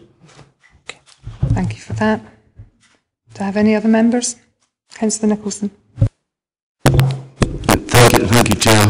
I think the colleague mentioned it's about the budgets. We did have a meeting with the director. Look, all he says, it's disappointing going through with the service reviews. I would say it's totally unacceptable. The director has chosen, actually, not to do these service reviews, and I see other things that's happening. Instead of spending resources on hundreds of thousands of pounds on a super school, something that's dominating the education services at the moment, the other town, we should be concentrating on items like that, how we can actually save money on service reviews. I think it is totally unacceptable we're handed after that meeting. We've been given a regurgitation of all templates, not with any detail within these templates, but just with all figures. And I've got to express, I'll use my colleagues' always disappointing again. Although I think it is unacceptable. I would rather say that we do deserve the right in the Labour group to ask for service reviews, so we're going through that now. We've had our meeting and I'll get back to the director with that. Thank you very much for that contribution. I think, to be fair, as an education committee, we haven't actually asked the director to bring forward any further service reviews until recently. And we did say in the last business plan meeting that we would look to bring forward service reviews where appropriate, and we have undertaken a number of reviews over the last 12 to 18 months. I think the crucial thing is actually embedded in 3.6, that this committee receives regular reports at future committee meetings as to the scope, timescale and planned outcomes of those service reviews, and I think that that's absolutely crucial for members to have that information as it builds and grows and moves forward, which will then give us all an opportunity to continue to feed into that process and develop those service reviews, which I think is probably what has happened with other service committees as well. So, I'm quite happy with where we're at just now. Do we have any other members? Sorry, Director, yes? Yeah, just if I can clarify, I recognise the disappointment that Councillor Nicholson has mentioned. I'm not going to try to counter that, other than to say that major service reviews with the size of the service that we've got, we think need a significant lead-in time. But for absolute clarity, this report is asking you to agree that we bring forward scope for 5 service reviews to the December committee. That's in 3.6, with the lead-in time for savings for 2015-16 and 16-17, because those are very significant financial figures that might need to be achieved by that time. So just for clarity, this report is asking you to agree to us to bring to you in December the scope, nature and size of service reviews in these 5 areas. That's good, thank you. Any other members? No? Okay, with that we'll move to the recommendations. We're asked to approve 2.1, the refreshed sections of the business plan for education services outlined at Appendix 1 and set out fully at Appendix 2. Are we happy to approve those? Yeah? At 2.2, to consider and agree areas for service review as detailed in section 3.6, and we've just had confirmation that we'll have a report coming back to education in December with a wider scope of those reviews. Councillor Lever? Well, I'd quite like to extend that recommendation in view of my colleagues been saying keep it as it is, but also I'd recognise that this does not preclude individual political groups identifying other areas for review, so we can just formally record that. I think that's a fair point, because I think that's embedded within any budget development process anyway, so I'd be quite happy to incorporate that in if other members are. And did we want to add an additional 2.3 to request a report on school lets to education, or is that implicit in the discussion? Do you want it as a recommendation, Councillor Lever? Yeah, I'd quite like to have it formally recorded as well. Well, I will second that then. Are we happy to agree a 2.3 that we receive a report in as timely a fashion? I know that we're getting a wee bit congested with agendas now with some fairly meaty items of business, but perhaps by no later than the new year. Yeah, that'd be okay. Excellent. Okay, thank you very much, Dr. Bryson. We'll move on to item 9. Do members want a 5-minute comfort break, or are you all quite happy to keep going? Sorry? I know that. that. I'm just being kind. Doesn't happen very often. Okay. Item 9, implementation of cluster working review monitoring report. We did ask that we would have, when we agreed the cluster working or the implementation of the cluster working review in June at full council, that we would have ongoing reports about progress of the implementation of that review. Councillor McCarthy doesn't sit on the Education Committee, but I know that he has an interest in, I think it's Trequeer Primary School, and which is detailed within the report. I think even before I bring the officers in, I've allowed Councillor McCarthy a couple of minutes to speak. He's under the cosh. But as a local member to that school, and he has approached me well in advance of this committee to say a few words, and then I think we'll move to the report after that, if that's okay.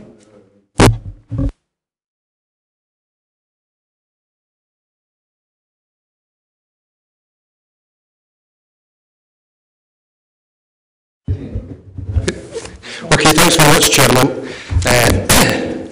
This arises out the fact that the Trequeer Primary and Kirkcudbright Primary are included in this report. These are not cluster review schools, they're large schools with school populations well over 250. Now, the parent council at Trequeer approached me because they were not happy about the head teacher being ring-fenced. And since then, they've now informed most of the parents. I've had quite a number of parents approach me, both personally by email and by phone.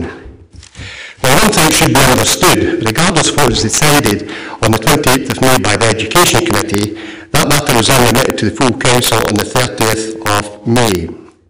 The full council, I have the recommendations here. You have a report that went to the Education Committee then remitted to full council, which contains 17 appendices. The only one appendix was actually endorsed by the full council, and that was Appendix 1 to the report. The other 16 appendices were not approved. There's talk there of the LNCT. The only thing that the full council agreed that education staff could engage with the LNCT was parental involvement to principal teachers within the cluster arrangements. There was no authority given to the director or his staff to engage with the LNCT with regard to these other two schools ring-fencing their head teacher. So I would suggest that this committee hasn't got the right to go against a decision of the full council only 3 months ago. These two schools should go to open advert in terms of getting a head teacher. I did check with personnel. If the teachers had left of their own accord, the head teacher left of their own accord, God forbid if they died or if they retired normally, then apparently they would not be included in this review. Nobody seems to know why they're included in just because the two head teachers decided to take early retirement. There was never any mention within the recommendation from full council on the 30th of May of involving any schools without the cluster review. So what I'm saying is there's no authority there for the department to have advertised these two jobs as being ring-fenced, and therefore they should go back out to advert as being open. The full council made a decision, and that decision did not give the director of the department authority to ring-fence those two jobs. Simple as that. Thank you. Thank you very much, Councillor McCarthy. Okay, as we move on to the report itself, I have Chris Branney here from Human Resources. I believe he'll be able to help us through some elements that I don't understand terribly well. And Dr Bryson, do you have anything further to add to the report? Thank you. Further to Councillor McCarthy. The report is to update members on progress with implementation of the cluster working review. It details the further parental engagement that members required. It does confirm the principal teacher appointment procedures now having parental involvement, also as required by members in May. And it aims to provide some detail and specific clarity on the head teacher appointment procedures from an HR perspective in the schools with over 150 pupils. Thank you for that. I'll open the floor to members. Councillor Wiper. Are we dealing with the Kirkcudbright-Trequeer part at the moment, or are we doing... It's all part of the same report. Part of the same absolutely. thing. Now, just to back up with Councillor McCarthy, I would totally agree with him there that ring fencing these posts is unacceptable. especially if you look at actually page 133 and 134, if the appropriate candidate isn't found in step 1, then you have to re-advertise bringing in temporary head posts, and then step 3, if you don't find any there, you've got to re-advertise again. Step 4, it goes to open recruitment. I attended the Kirkcudbright Primary School Parent Council where John Thin, the Education Department, said there was a degree of urgency in this. So that kind of makes you think that they're hoping to get somebody in stage 1. But if they don't find somebody appropriate in stage 1, then it's actually going to drag the process out even longer. I have here, I think most people on the committee would have got this from David Mitchell, ex-head of Castle Douglas, who used to be or still is, I think, the head of the Parent Council in Kirkcudbright, and from Liz Kettle, one of the members of that council, saying that I think I speak for many of the Parent Council who not only hope for but expect a national recruitment ad for the post of head teacher, and I totally agree with that. I think that a post like this for a school of that size should be put nationally and not restricted to the recommendation that we have. And I would actually like to formally move that we will open it up to national recruitment. Thank you for that. I have Councillor Lever and then Councillor Dempster. Yes, members won't be surprised that the Labour Group has discussed this in some detail in light of the other concerns expressed about Kirkcudbright and Tregear Primary School. As Councillor McCarthy says, I looked on the internet, and Kirkcudbright Primary School, including the nursery, has a roll of 343 and Tregear is 230, so I don't see how that falls within the cluster review. So I do think, and I would support the idea that these should go through the normal recruitment process for the head teachers. On a positive note, looking at 3.3, further discussions with parents, I'm pleased to see that the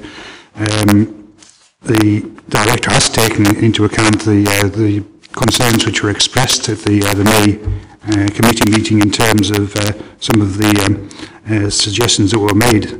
Dunkar Primary School, which is in my ward, I know that 100% of the parents and the Parent Council, and I think most of the pupils, were against the idea that they should be a feeder school for Dumfries High. Historically, they've always gone up to Wallace Hall, and I think hopefully this will be concluded fairly soon so that we can get back to that situation, which will set everybody's mind at rest in terms of that. Elmvale Primary School and Bradkirk Primary School, I see that there are ongoing discussions there. In terms of Bradkirk Primary School, that was originally, I think, suggest that we're going to a cluster with all the rural primary schools. I take it we're going back to that suggestion, which I think would be welcomed by not only Bradkirk Primary School and the parents, etc. there, but also I think Elmvale. Elmvale is very close to the 150 limit now, and it's probably going to go through fairly quickly. So I am pleased that the concerns expressed have been taken on board, and hopefully it will be resolved to the satisfaction of the parents and pupils, etc. Thank you for that. Before I bring in the director, I gave assurances that I would work and attend any future meetings with the director in relation to the Bradkirk-Elmvale issue, and we did have a very constructive meeting with parents to try and find a reasonable solution going forward. And I think certainly that issue will resolve itself fairly quickly. And as you say, that they felt very much more aligned towards other rural schools, but that matter is being dealt with, and the local members are being kept fully informed on that particular matter. Director, and then I'll bring in Gillian. Yep. On the two schools that Councillor Lever mentions, again, those were operational consequences of the big decision taken to phase out teaching heads and phase in partnerships. And we did agree that we would go out to schools where there was still a real high degree of concern about the partnerships that were there. In terms of Bradkirk, all efforts are currently being made to ensure that we negotiate a new position where they would be linked to rural local schools. The parents, because we had said that we would look at other options, all options for them, the parents have built up a wee bit of expectation that there might be other wider options available, but they're quite difficult because they're involving different secondary school links. But we're certainly looking, all of our efforts are to try and ensure that Bradkirk becomes linked to Carruthersstown and Cummertrees, which was one of the original proposals. Just for a bit of background though, I think it's important to I take Councillor McCortry's point about the 17 appendices. You weren't asked to vote on the 17 appendices. A lot of that was operational detail. It's an incredibly complex issue, moving from sort of 100 primary heads to around 70 primary heads. And we worked incredibly closely with the LNCT to try and safeguard and secure our employees' opportunities in that agenda, whilst trying to ensure that parents get a reasonable choice.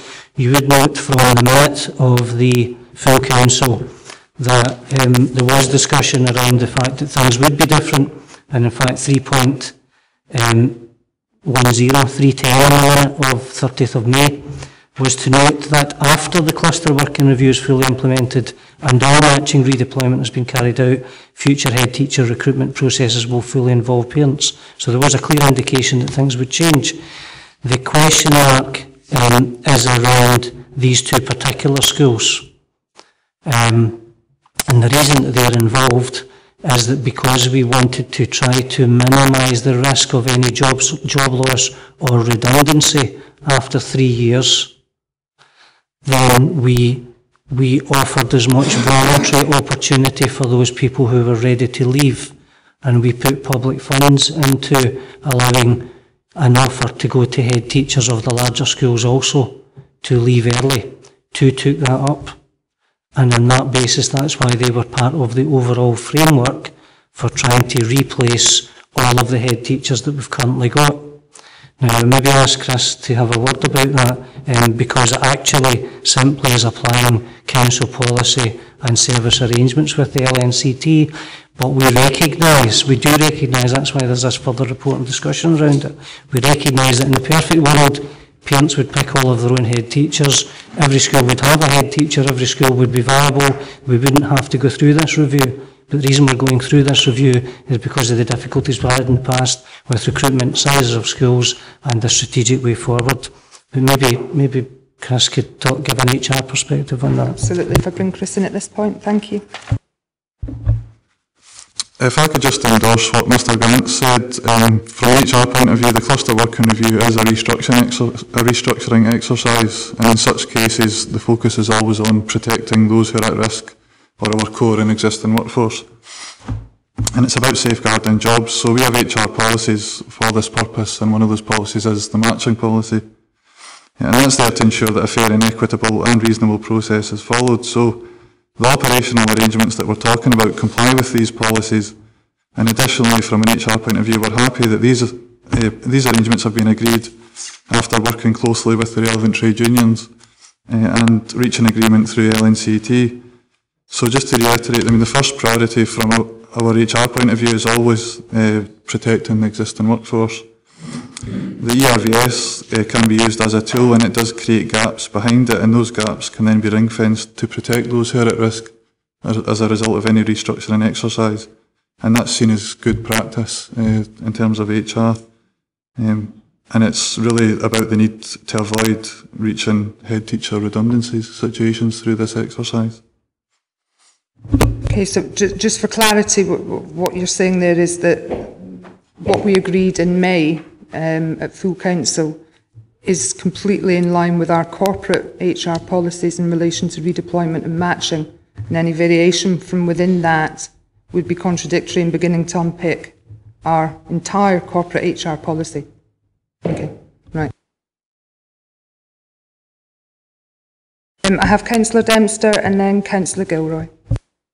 Thanks, Chair. I'm sure there was some other discussion before this particular item's finished, because apparently the Council's decision on the day was based upon cluster review, and these two schools weren't included in that cluster review because of the size of the school role. That's the fundamental issue, I think, that we're looking at. I think the other thing is, and we all know this, that the arrangements for a head teacher of a cluster school was based solely on the basis that we allow some members of staff to retire, and although it's not ideal, I would presume in the fullness of time it will fall back to a system whereby parents will be able to select or have a choice of teacher, and in that way that will be fair and equitable. So I think that's something we have to accept as a mechanism of getting there. I just don't think maybe it satisfies everybody at the moment.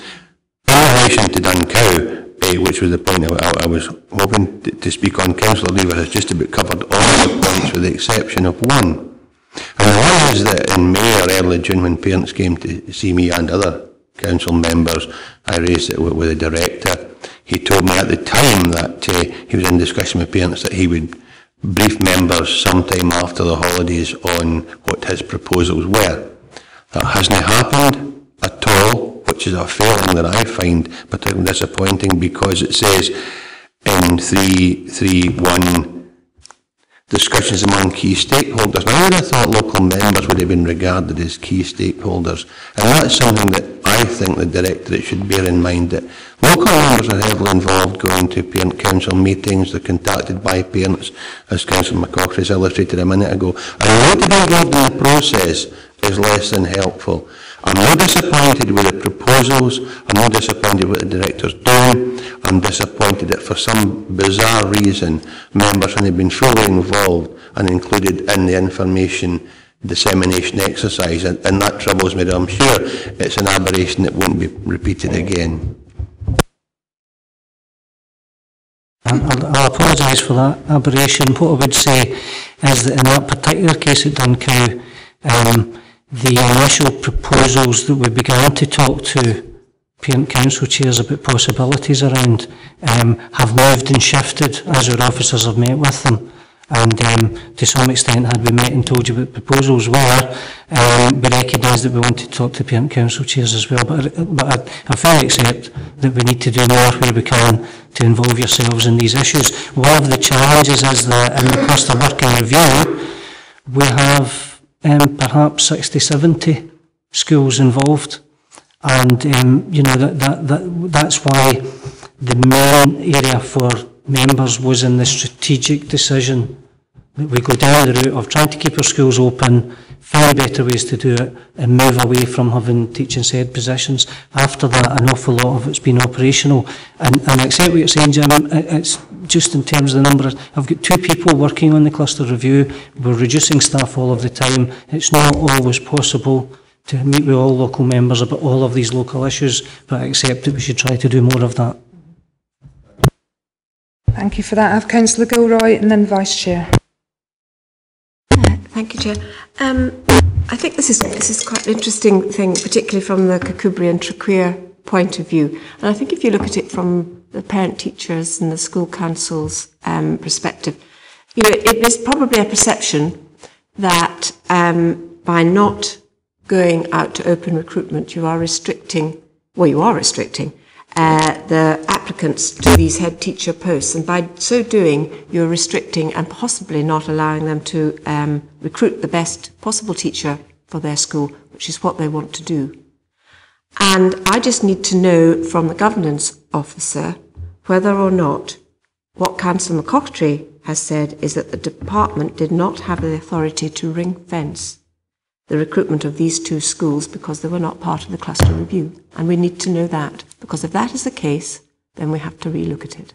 If that is not the case, then we have to probably stick with the policy, because we have a 6-month thing whereby if we make a rule within full council, we cannot unpick it for the reasons that we all know. Having said that, just because we make a policy, if it's not the right policy, if it's not working, then perhaps we do have to review it in the after the 6-month time. But we need to know if the department can do what they are doing, and I need governance advice on that. Thank you very much. I'll bring Claire in. I think, as the Director said, it was an operational consequence of the decision made at full council. Decision at full council stands as it is. I don't think, Chairman, you have enough information in front of you today to make the decision in relation to Councillor Wiper's motion. In terms of risk assessment, I think there's further information needs to be sought on this. My advice would be that the motion is not competent. I think I will just interject at this stage. There are obviously elements of this report which were going to come forward as process, because we did ask for updates. There are other elements to this report which I've allowed to go through, but I don't actually believe having them here today is competent because of our 6-month rule. And I think that for openness and transparency, I was quite happy to have them on the agenda for today for discussion. But actually what we're in danger of doing is unpicking our council's policy of not bringing back a matter that's been agreed by full council within a 6-month period, and having had advice from the HR officer that the repercussions of changing the arrangements at 2.4 could have an impact on the corporate HR policies, redeployment and matching policy. And as you say, we don't have any risk assessment to that effect and any impact as to that. But I do think we agreed a policy, we agreed a service review in May, which gave a very clear direction, and we have very strict employment regulations and redeployment regulations. And I think to start to veer from those policies today could be very dangerous for us. But I will bring in the other members, Vice Chair. Thanks, Chairman. I wanted to go back to the HR advice. I mean, clearly the 2 posts will become vacant through the ERVS scheme. Is the decision that those 2 posts can indeed become vacant through the ERVS scheme linked to the necessity to recruit from a pool of potential candidates, or are the 2 separate? I'm not actually aware of the decision behind the ERVS. I've had no involvement in that. I'm just aware that a decision has been made. I don't know if Gillian or Colin are aware of the reasons for that. Director? Yeah. Because we're aware that the council policy is to try and avoid compulsory redundancy, then in trying to move over, one of the reasons why the councillors, I believe, voted in a 3-year phasing, as opposed to an immediate big bang, was precisely not to set out people in a position of danger or risk of losing their job. As part of that agenda, through voluntary means, we've tried to create as many spaces as we possibly can. So at the point at which ERVS was offered to all head teachers, that's the point at which the public funding was put into that, and that's the point at which we didn't know how many people would accept or otherwise. But at the point at which the 2 head teachers in those 2 schools accepted, we would view that as part of the overall framework, therefore, in bringing about ring fencing. There's a couple of other issues I think that are worth mentioning there. One is, we do understand concerns of parents here, and I do understand perception, and I do understand that the parents might not have realised this might apply. To some extent, I suppose we might have hoped that the head teachers who were taking the early retirement might have explained that, but again, that was a pretty complicated matter. So we do understand that issue. The second part of that is there is still remember that the parents in these schools are getting a choice and are able to recruit through normal process other than the starting off pool. In almost all other schools, as we move through, it will be a straight matching and redeployment. The third thing to say is that if parents do not like or do not feel that the candidates who apply are suitable for their school, there is an opportunity to move it through to the next stage, and we've actually built in enough steps to get to open recruitment if necessary. The fourth thing to say is that we built in a system to ensure that these 2 schools were first to some extent, so they get the pick of everyone. And we've got very, very good existing head teachers across our authority who are in positions who are applying for these posts. And the last thing to say, again, we can't predict the future, but I think it's quite significant that even with complete open recruitment to all of our schools, I think the last 15 out of 17 appointments have been from across Dumfries and Galloway. So whilst it's not perfect from a parental point of view, given everything that's there, we would clearly recommend that we stick to the agreement that's been in place with the LNCT. And that's, I suppose, the position that we're in. Thank you very much for that. I have Councillor Brodie. Thanks, Chair. Just a word on the Bigkirk Primary School. I note in 3.3 the positive discussions that have been going on, and I support the directors and your efforts to find a solution which meets the needs of that catchment area. There has been a negative email lately which still shows concern about that Brightcock might still go in with Elmvale if the numbers at Elmvale don't go up to 150. And also, there's some, although I support the way we're going, there's some concern about the catchment area, the secondary school catchment area, which Brightcock's in. Director. I think what we're saying earlier is that every effort is being made to ensure that we link up Brightcock to local, small, rural primary schools as was originally requested. I foresee those decisions being taken and arrived at in a way that takes away some of the concerns about the parents. The more difficult issue is that parents, now that they are aware that we're looking at various options for them, have now gone down a different route and asked for a different option, which I think is a much harder one to deliver, which is rezoning Brightcock to a school that is far further away from, which is Lockerbie. And so what I've tried to do is dampen down that expectation and actually say, look, I think we can deliver on the first thing that you asked about, and that would be not linking to Elmvale. Okay. Thank you very much. I have Councillor Thompson and then Councillor Yen. Thank you, Chair. Just on listening to the debate so far, like it's fairly clear to me that the policy that's advocated by both HR and the Director, is in fact advantageous to head teachers in the cluster working review, and consequently I think it's discriminatory and it's unfair. I believe that the existing process for appointing head teachers is one that should be followed as an open process, because the shortlist that you will produce, and I believe that there actually have only been 4 applications for both these posts, is in fact very, very small and does not give parents a chance to actually pick who they believe is the best candidate. In 3.61 on page 129 of 170, there's mention of risk to schools should this process not be followed.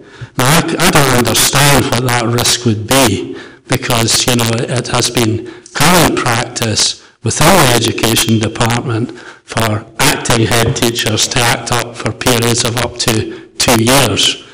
So I don't believe there's any risk in doing that. So in conclusion, we're in this situation because the early retirement voluntary severance scheme has been linked on to the cluster working review. And I don't believe that most members at full council understood that at the time.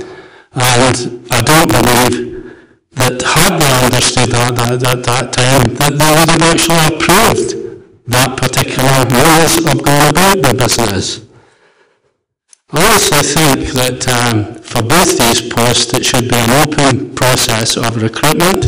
I would have no difficulty whatsoever in including any candidates in that list who are in the cluster working review and being included for selection, but I think the whole process so far has been very poorly understood and is consequently unfair to others who may be well suited for these posts. Thank you. Before I bring the Director in, I think it's important to remind members that the Cluster Working Review was reported to the Education Committee before it ever went to full council, and we actually did have a very lengthy discussion about recruitment and redeployment. We also discussed having to negotiate with the LNCT in relation to the principal teacher posts, and I think that actually at that particular Education Committee members gave a very full discussion as to staffing and head teacher redeployment and the potential of that. I don't think it's up to this committee to decide whether members didn't quite understand at a full council committee. We made a decision at full council, and that decision is now binding for 6 months, and this is why I'm saying that. There's an element of me that feels that this shouldn't even be on the agenda for today. And I would also remind members that it's not for us to change policy today. We have a current policy, we don't have information in front of us. The motion that's been put forward by Councillor Wiper and Councillor Thompson now has been ruled as not competent by the governance officer, and I'm very happy to go along with that. but I'll keep the debate rolling. But I think we should focus on our current council policies. If we wish to change policy, that is a matter that we bring back in the future. But we actually made a decision less than 3 months ago, and we're unpicking that decision today without the fullest of information in front of us, and with advice from our HR officers. Director. Yeah, thanks, Chair. Again, I want to pick up on Councillor Thompson's point, not to counter anything, but just it's my job to try and give advice to members of the situation. As far as the RVS goes, it's been common practice across our council over the last 4 or 5 years in restructuring arrangements to try to do that through voluntary means. Voluntary means are applied, and then restructuring is applied, as is matching and redeployment. And it's been common practice right across the council to be doing that over the last challenging period. On the point of number of applicants, there have been 6 applicants in total for the 2 posts. In total, yeah. But I do need to highlight the fact that on average, the number of applicants on open recruitment to our council primary schools over the last number of years is 3 or less. So that's not suggesting that we've reduced on that. It's also guaranteeing that the members, the parents, are able to look at existing head teachers who have been successful in post 2. You asked about risk. The risk, I suppose, I was trying to highlight is that we think there are strong candidates that are applying for these posts because they're the first ones. If there's a big delay and we move back on these particular posts, they'll go towards the back of the queue and the number of really strong candidates might be lost. I suppose that was the risk that we were trying to highlight. Okay, I have the Vice Chair. Did you want in on that point? No. Okay. I have Councillor Yen and then Councillor Nicholson. Thank you, Chair. I do have information on Dankow School. I just want to inform members for your information. I have got a reply from Deputy Director Richard Craig. She says, I met with head teachers of the Wallace Hall cluster and held a separate meeting with the respective parent council chairs, including Dankow. The arrangement we have now agreed on is that Dankow, Danskar and Moniai will become a triple partnership, and Closeburn and Pinpond will remain as the original partnership. All associated primary schools to Wallace Hall Academy. This arrangement will safeguard Dankow. Regards, Richard. I'm not here to defend Richard. I just want to say, because I follow up with Education Director and I get this reply, and I do agree with Councillor Dempster that we should be, get proper informed, not come into committees and ask for the same questions again and again. Thank you. I think a clarity on ensuring that all members in that ward receive that information as well when it goes out would be probably very useful. Although I do appreciate that some members do contact individually anyway.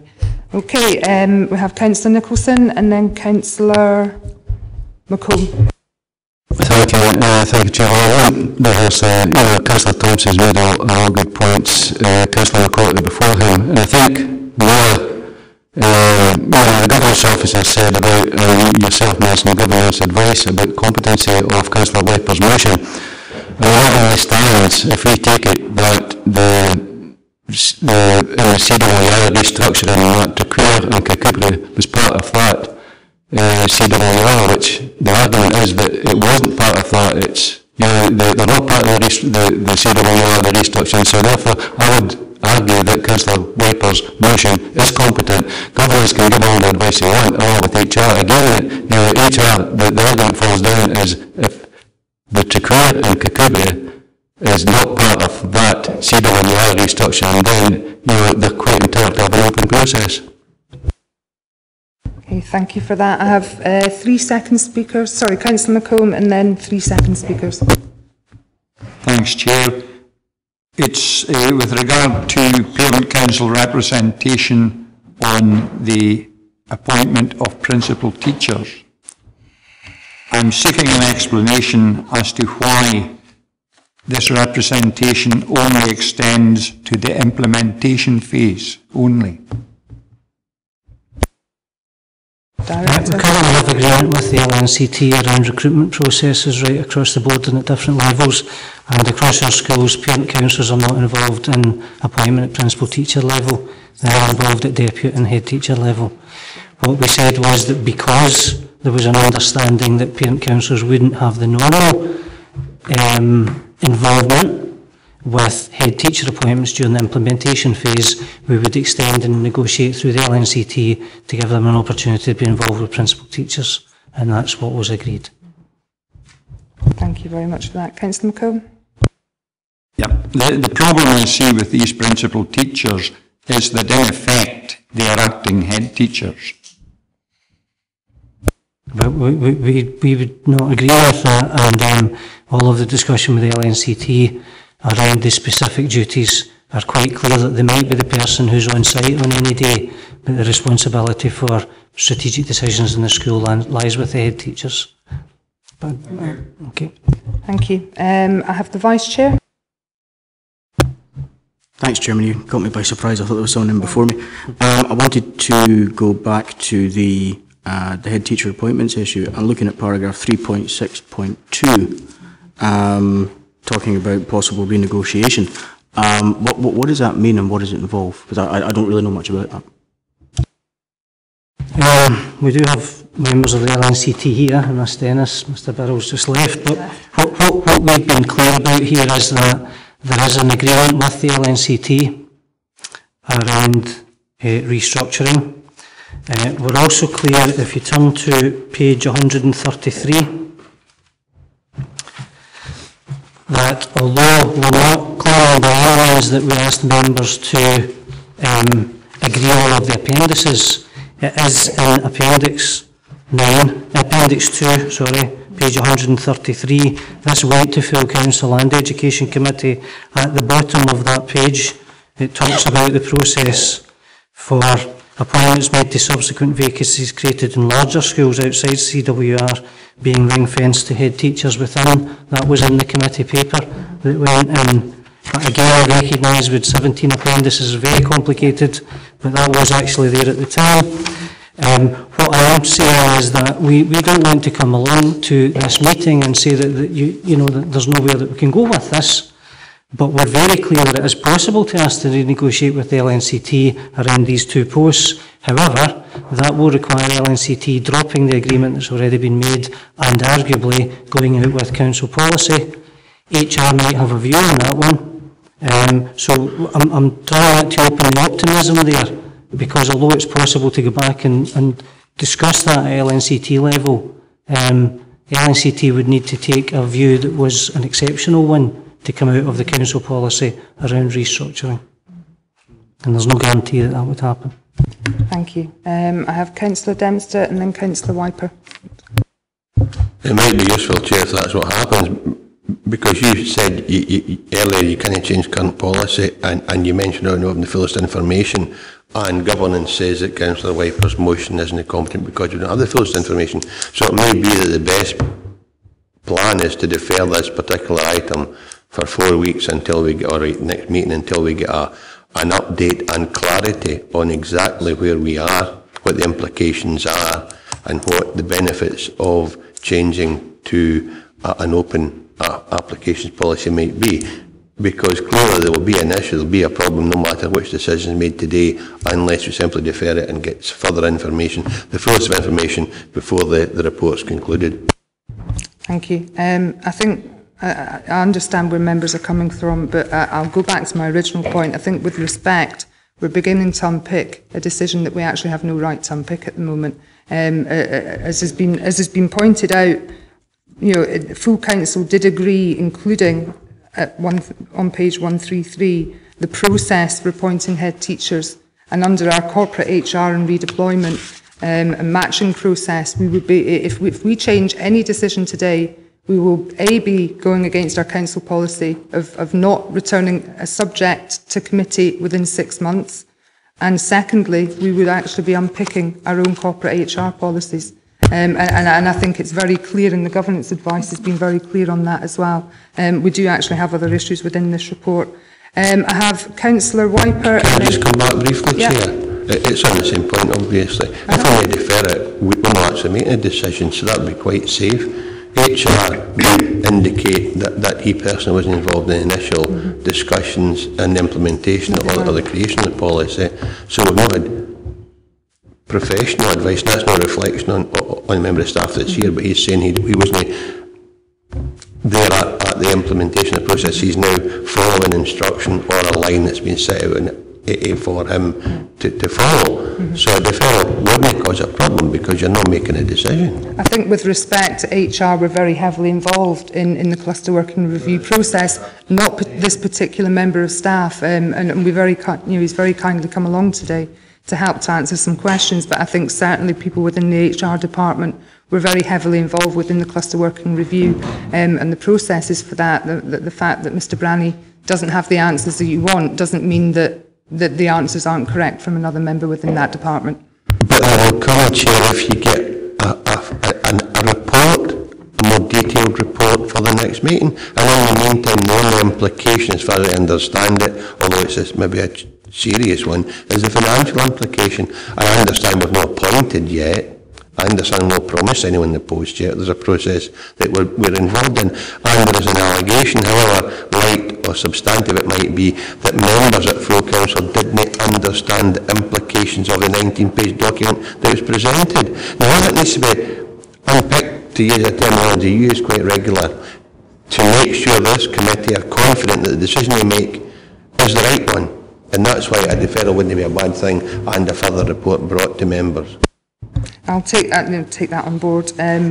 I still maintain that I think members did have the fullest of information at full council. The fact that we don't like the implications of that is quite a different matter, unfortunately. I do have Councillor McClung. Yeah, thanks, Chair. Laying aside whether the motion's competent, incompetent, I just want a couple of clarifications of what's been discussed. In particular, one of the possible conclusions of opening up these two posts to open recruitment could be at the end of the cluster working review, a head teacher being made redundant. Was that my understanding of what was being inferred? And number two, to do so, to open up these appointments, would be against agreements that the council have made with the unions involved? Yes, on both. On the first one, it would increase the likelihood of potentially people losing their job after 3 years, because we're trying to do everything through voluntary means to ensure that the 30 additional head teachers posts, the reduction of 30 posts is matched by a reduction of 30 people. So it would increase that possibility. It's entirely possible that substantive head would get the post in an open recruitment, of course. So I can't say for certain, but it would increase the likelihood of that possibility. The second thing again to say is that in restructuring, it's normal practice to offer a voluntary basis and then apply the process that we've got. Kirsty Shannon was the person who was very heavily involved through HR throughout, with the LNCT, through the subgroup and with herself. Kirsty happens to be off on maternity leave at the moment, but Chris has brought along confirmation of the current position. The decision to defer this paper would have significant consequences. It would be a decision because appointment dates have been put back in order as a matter of courtesy and sensitivity. We wouldn't have carried out appointment interviews in advance of your chance to debate matters, but there are appointment dates penciled in towards the end of the month. We've got head teachers out there who believe their union have secured an agreement on the process that we're going through. Therefore, there are significant consequences in deciding to defer. The opportunity to defer lies with the parents to some extent, because if they're not comfortable with the selection of candidates that they've got, then they can simply decide not to appoint. They could decide not to appoint and invite some people. There's a whole range of issues that they could go for. That power lies within the organising panel. But whether we as a committee have the opportunity to overturn current policy, I think is one that's perturbing HR and the unions at this stage, I think. Thank you very much for that. I'd just maybe like a point of clarification. we don't actually have another education committee until November, so that would actually be a further 2-month delay. How would that potentially impact on the 2 head teachers that are currently in post at Kukubri and Trequeer? I don't think it's so much that issue. The only further clarity we could bring back would be the question, I think, on 3.6.2. Would be to come back and say we met with the LNCT and they are comfortable to renegotiate the position for these 2 posts. That would be the only thing, or not. The difficulty is, even if we did renegotiate that with the LNCT in those 2 posts, the HR and the council corporately might take a view on that setting a precedent that's one which is out with policy. So I'm finding it difficult to see what we would actually come back with there. In some ways, I think it's preferable to put into the hands of the councillors and parents the opportunities there are for deferment, depending on whether they're really pleased with the applications that they've got, because that's a route that's more comfortable to go through and is available for parents clearly in this process. Chris, do you have anything to add? I could probably just build on what Mr Grant said there. I mean, the HR advice would always be to protect the existing workforce, so if we were to introduce a system which was going to put someone at risk, then the HR advice would be against that. I can't speak for the trade unions, but I would suspect the trade unions would have a similar view. They will want to protect the staff that are at risk. Thank you very much. I have Councillor Gilroy. Thank you. Well, I think this has been a really interesting debate, but I think what it's thrown up is that actually this shouldn't have been on the table at all. If we can't do anything about it, we shouldn't have been discussing it. And I think it's opened up a debate that has allowed us to think perhaps we've made a mistake when we made the decision way back in May. And we can't really unpick it now. But what I think is a great shame is that I think perhaps by doing this, we are, when the interviews happen, the parent council are going to go in thinking, we haven't got the best people here. And that is a great shame, because we possibly have. And by bringing this all around and doing this, we've just made a real muddle. And I know that the parents and the councillors who sit on the selection committee and everything else can defer. I would like to know how long it takes to get from stage 1 to stage 4. And I just think this should not have been here, and I would actually very firmly put the blame at governance for this, because I think this should not have been on the table. If we couldn't unpick it, we couldn't change it, because by putting it here, you've allowed a debate. You've actually got quite a lot of us thinking, oh gosh, this is not right, and that is not helpful. And I'm really disappointed that we're actually here at all, but I would like to know how to get from stage 1 to stage 4. Thank you. I think I would partly agree that I had concerns. As I say, I was very happy for an update report on progress of the implementation to come forward, but this particular issue I'm not convinced should have been on here, and I think we will take that up with governance. I don't have any further speakers at this stage, and following the debate I would move the recommendation. Oh, sorry. Stage 1 to stage 4 looks like 3 different adverts, and therefore you could be talking 6 months to a year for that to happen over the time, because we've got to offer 2 weeks in order that people are told whether they're deleted or not, and then they've got 2 weeks to prepare for interview. So if that happens 3 times, with other gaps in trying to organise members to attend, that could take quite some time. I suppose I would reflect that given the complexity of this whole process and the 17 appendices that Councillor McCortry's talked about, then one argument about the benefit of having this long debate today, albeit around noting what the position is that members in the Education Committee much more fully understand the implication and operational consequences. So whilst members may feel that's been unhelpful, I do feel at least people understand the complexities a bit better now. And of course we as a department are trying to deal with the complexities of the strategic decision to reduce the number of head teachers. Thank you. Sorry, actually the Vice Chair wanted back in. Did you not? No, you? Yes, I did. Thank you. No, I haven't listened to the debate and all the answers that we've had. I struggle to see how we have either any viable or any way that is congruent in any way with our policies forward, other than the one that we've ended up with. And I have to say that I approached that in the first instance with a view that I not only was, but would be much happier in giving the parent councils what they want. I just can't see how it can be achieved. And I'm not sure that anybody else around the table has actually come to an alternative view that would stack up and work. I want to go right back to the absolutely fundamental bit about it. I mean, interviews are not an exact science. We don't know at this point, from the 6 people that have come forward, whether that's for both of them, 3 each or whatever, that there aren't within that number the ideal candidates for either school. But where we are now, and with the policy constraints that there clearly seem to be on us, I can't see any other viable, sustainable way forward for the schools and for the committee, other than to let the process run and see where it takes us. I recognise that that's not going to please the parent councils. I don't think it's actually pleasing anyone around the table either.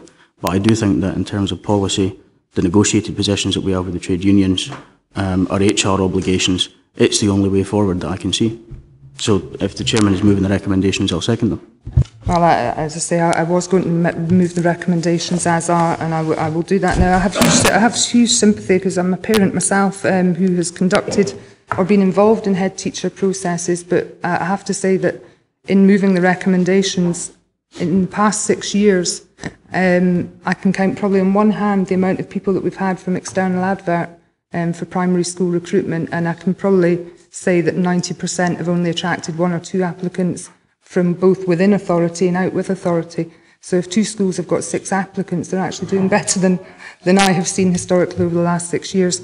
I think this is an unfortunate situation that we've found ourselves in. But as I say, I will move the recommendations as are.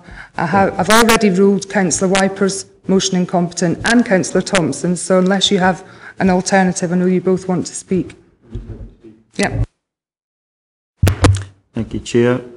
I do understand now where we are and why we're there, although I don't agree with it, but I do accept it. But I do think I have concerns, as with Councillor Gilroy, that the parents in the panel may reject just to see if they get somebody better in open recruitment. Now, if that was the case, why do we have to go through, I mean, are we obligated to go through steps 2, 3, 4? Because that actually looks like desperation. You're saying, you know, we're open it to people with more than 2 years. If we don't find anybody there, we'll bring in under 2 years. It gets a bit desperate looking. Why can't we just go from the 6 people we've got, if none of them are suitable, straight to open recruitment, and that would save an awful lot of time? Again, it's the same issue that we talked a lot with the LNCT around what the process would be. There are substantive head teachers in post. We also have, because there's been a moratorium on appointments over the last couple of years during the review, we've also got a lot of acting head teachers, temporary head teachers. Head teachers have moved from one place to another who are in post, who come into the next category. And again, they potentially could be at risk in due course. And that's why the agreement, really complex agreement, was going through with LNCTs to take us through each individual stage. I go back again to the fact that in 15 or 17 of the last appointments that we've made, only 2 have come from out with authority. So we've got a lot of really good people in our authority. I think, unfortunately, steps 2 and 3 and so on are within the policy that we have already agreed at full council. And this is the issue today, to a point. It's about redeployment and management. I think we had Councillor Thompson was wanting back in, actually, weren't you? Yeah. Oh, sorry, that was the point I was going to make. With Trequeer and Kirkcudbright, we still have the process that the shortly interview with those candidates will be conducted by 3 officers from the council, 2 local members and the chair or the vice chair and the parent council. So the scrutiny process for recruitment of anybody within the authority is actually incredibly thorough and has been noted as being one of the most thorough in Scotland. So, you know, I have no qualms that we will ensure that the best leaders end up in our schools by whichever means possible. And that process will continue as is. Councillor Thompson. Thank you, Chair. Just on the redeployment policy itself, you know, the scope of the redeployment policy applies to all employees of Dumfries and Galloway Council who have at least 12 months continuous service, including those on fixed term or temporary contracts. However, there may be separate arrangements that cover police, fire and teachers. And I think that actually gives you some scope in going back to the negotiation committee to actually discuss that matter. I don't believe that this policy is in fact universal and can be applied wholly to the arguments that we're actually having now. Dr. Bryson. Thank you.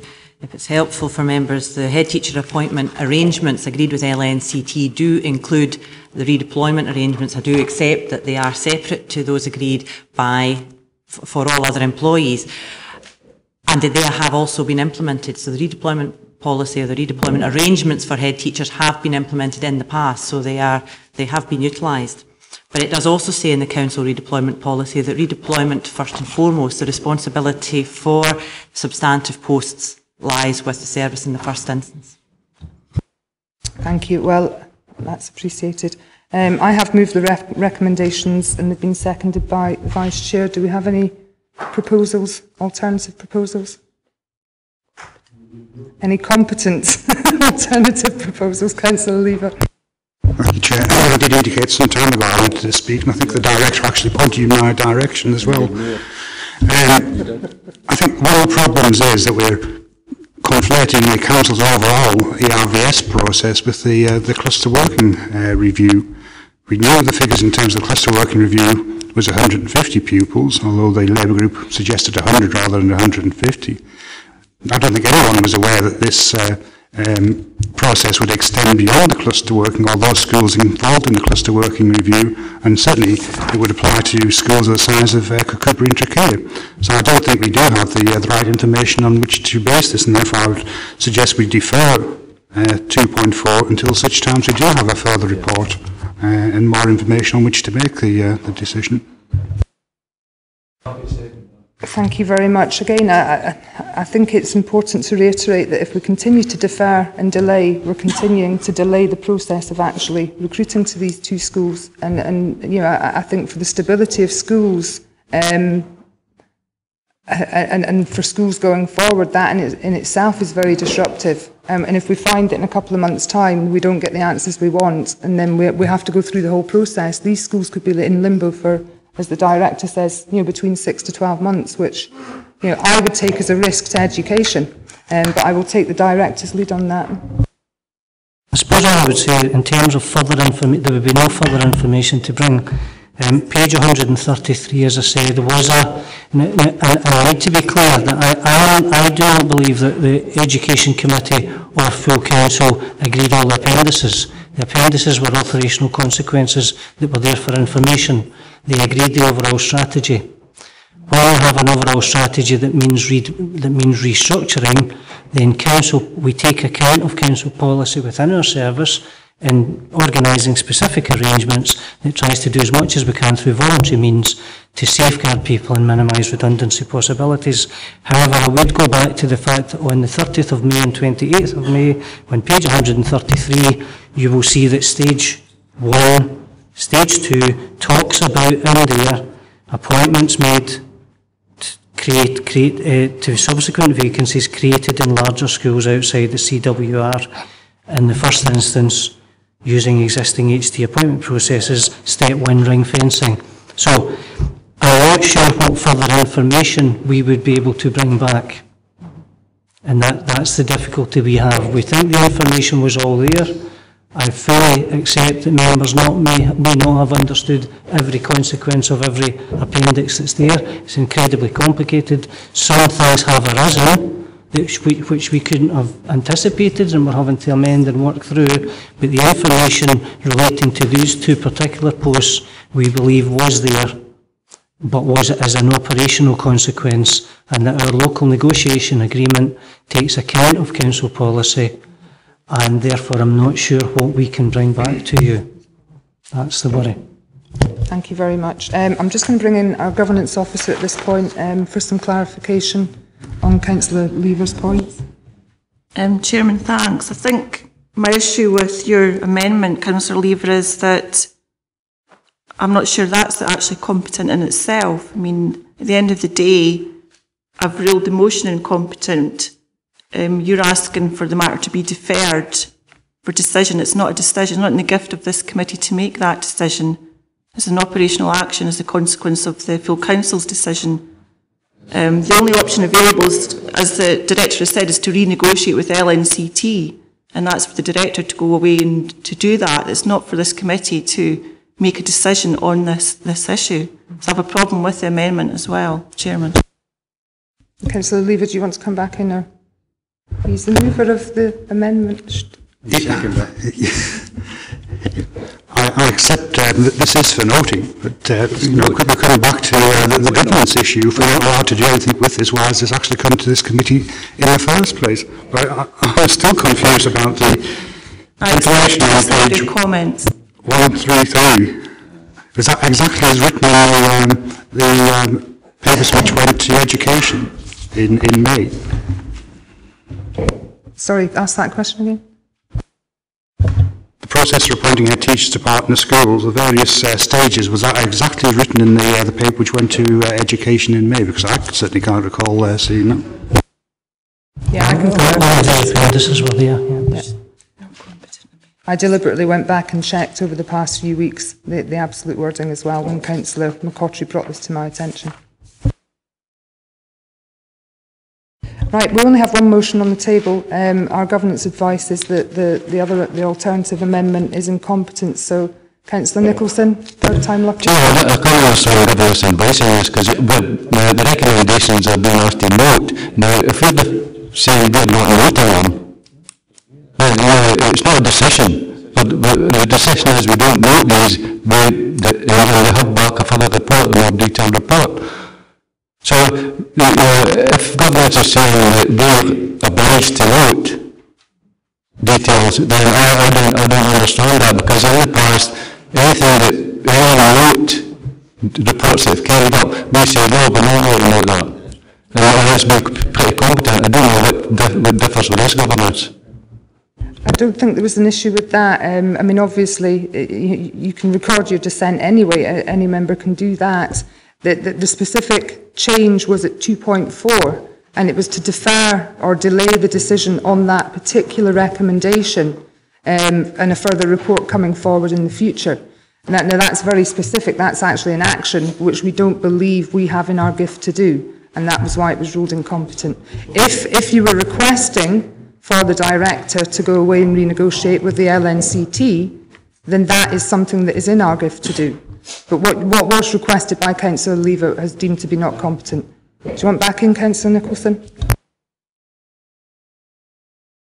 It's just sort of backed ourselves into a corner as a committee back in May in terms of, well, you obviously had to go back and check to see what the process was. In that case, can you remit the director to go back and renegotiate with the LNCT?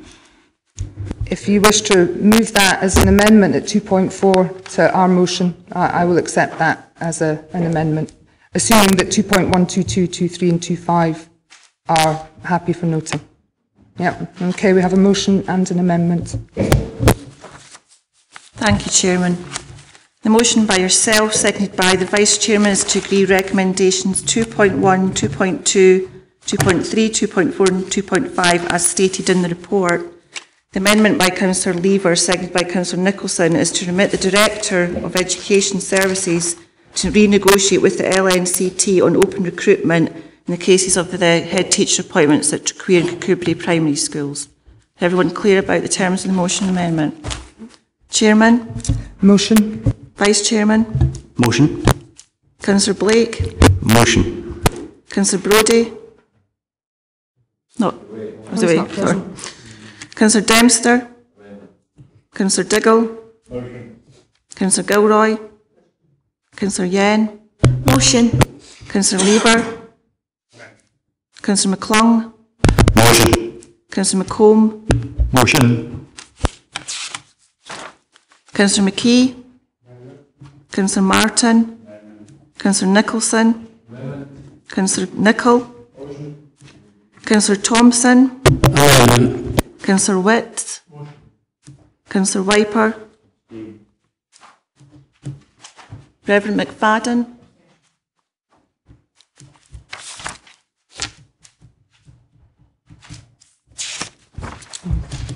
There are 10 votes for the motion, 6 votes for the amendment and 2 abstentions. The motion is carried. Thank you very much. I have no further items of business, but before you all run away, I think it would be pertinent to... Oh, sorry, we've got item 10. Absolutely, sorry, my humble apologies. No, my apologies, I just had something else on my mind. They should have been here. I think it's because Councillor Nicholl legged it there. No. We have item 10, which is the minutes of the local negotiating committee for teachers of 6th of March, 12th of June, 5th of October, 15th of January and 14th of May 2013. I would like to bring up an issue with this before I open the floor as to why it takes so long for these minutes to come to this committee. Because I think over a year is an right, okay, Melanie?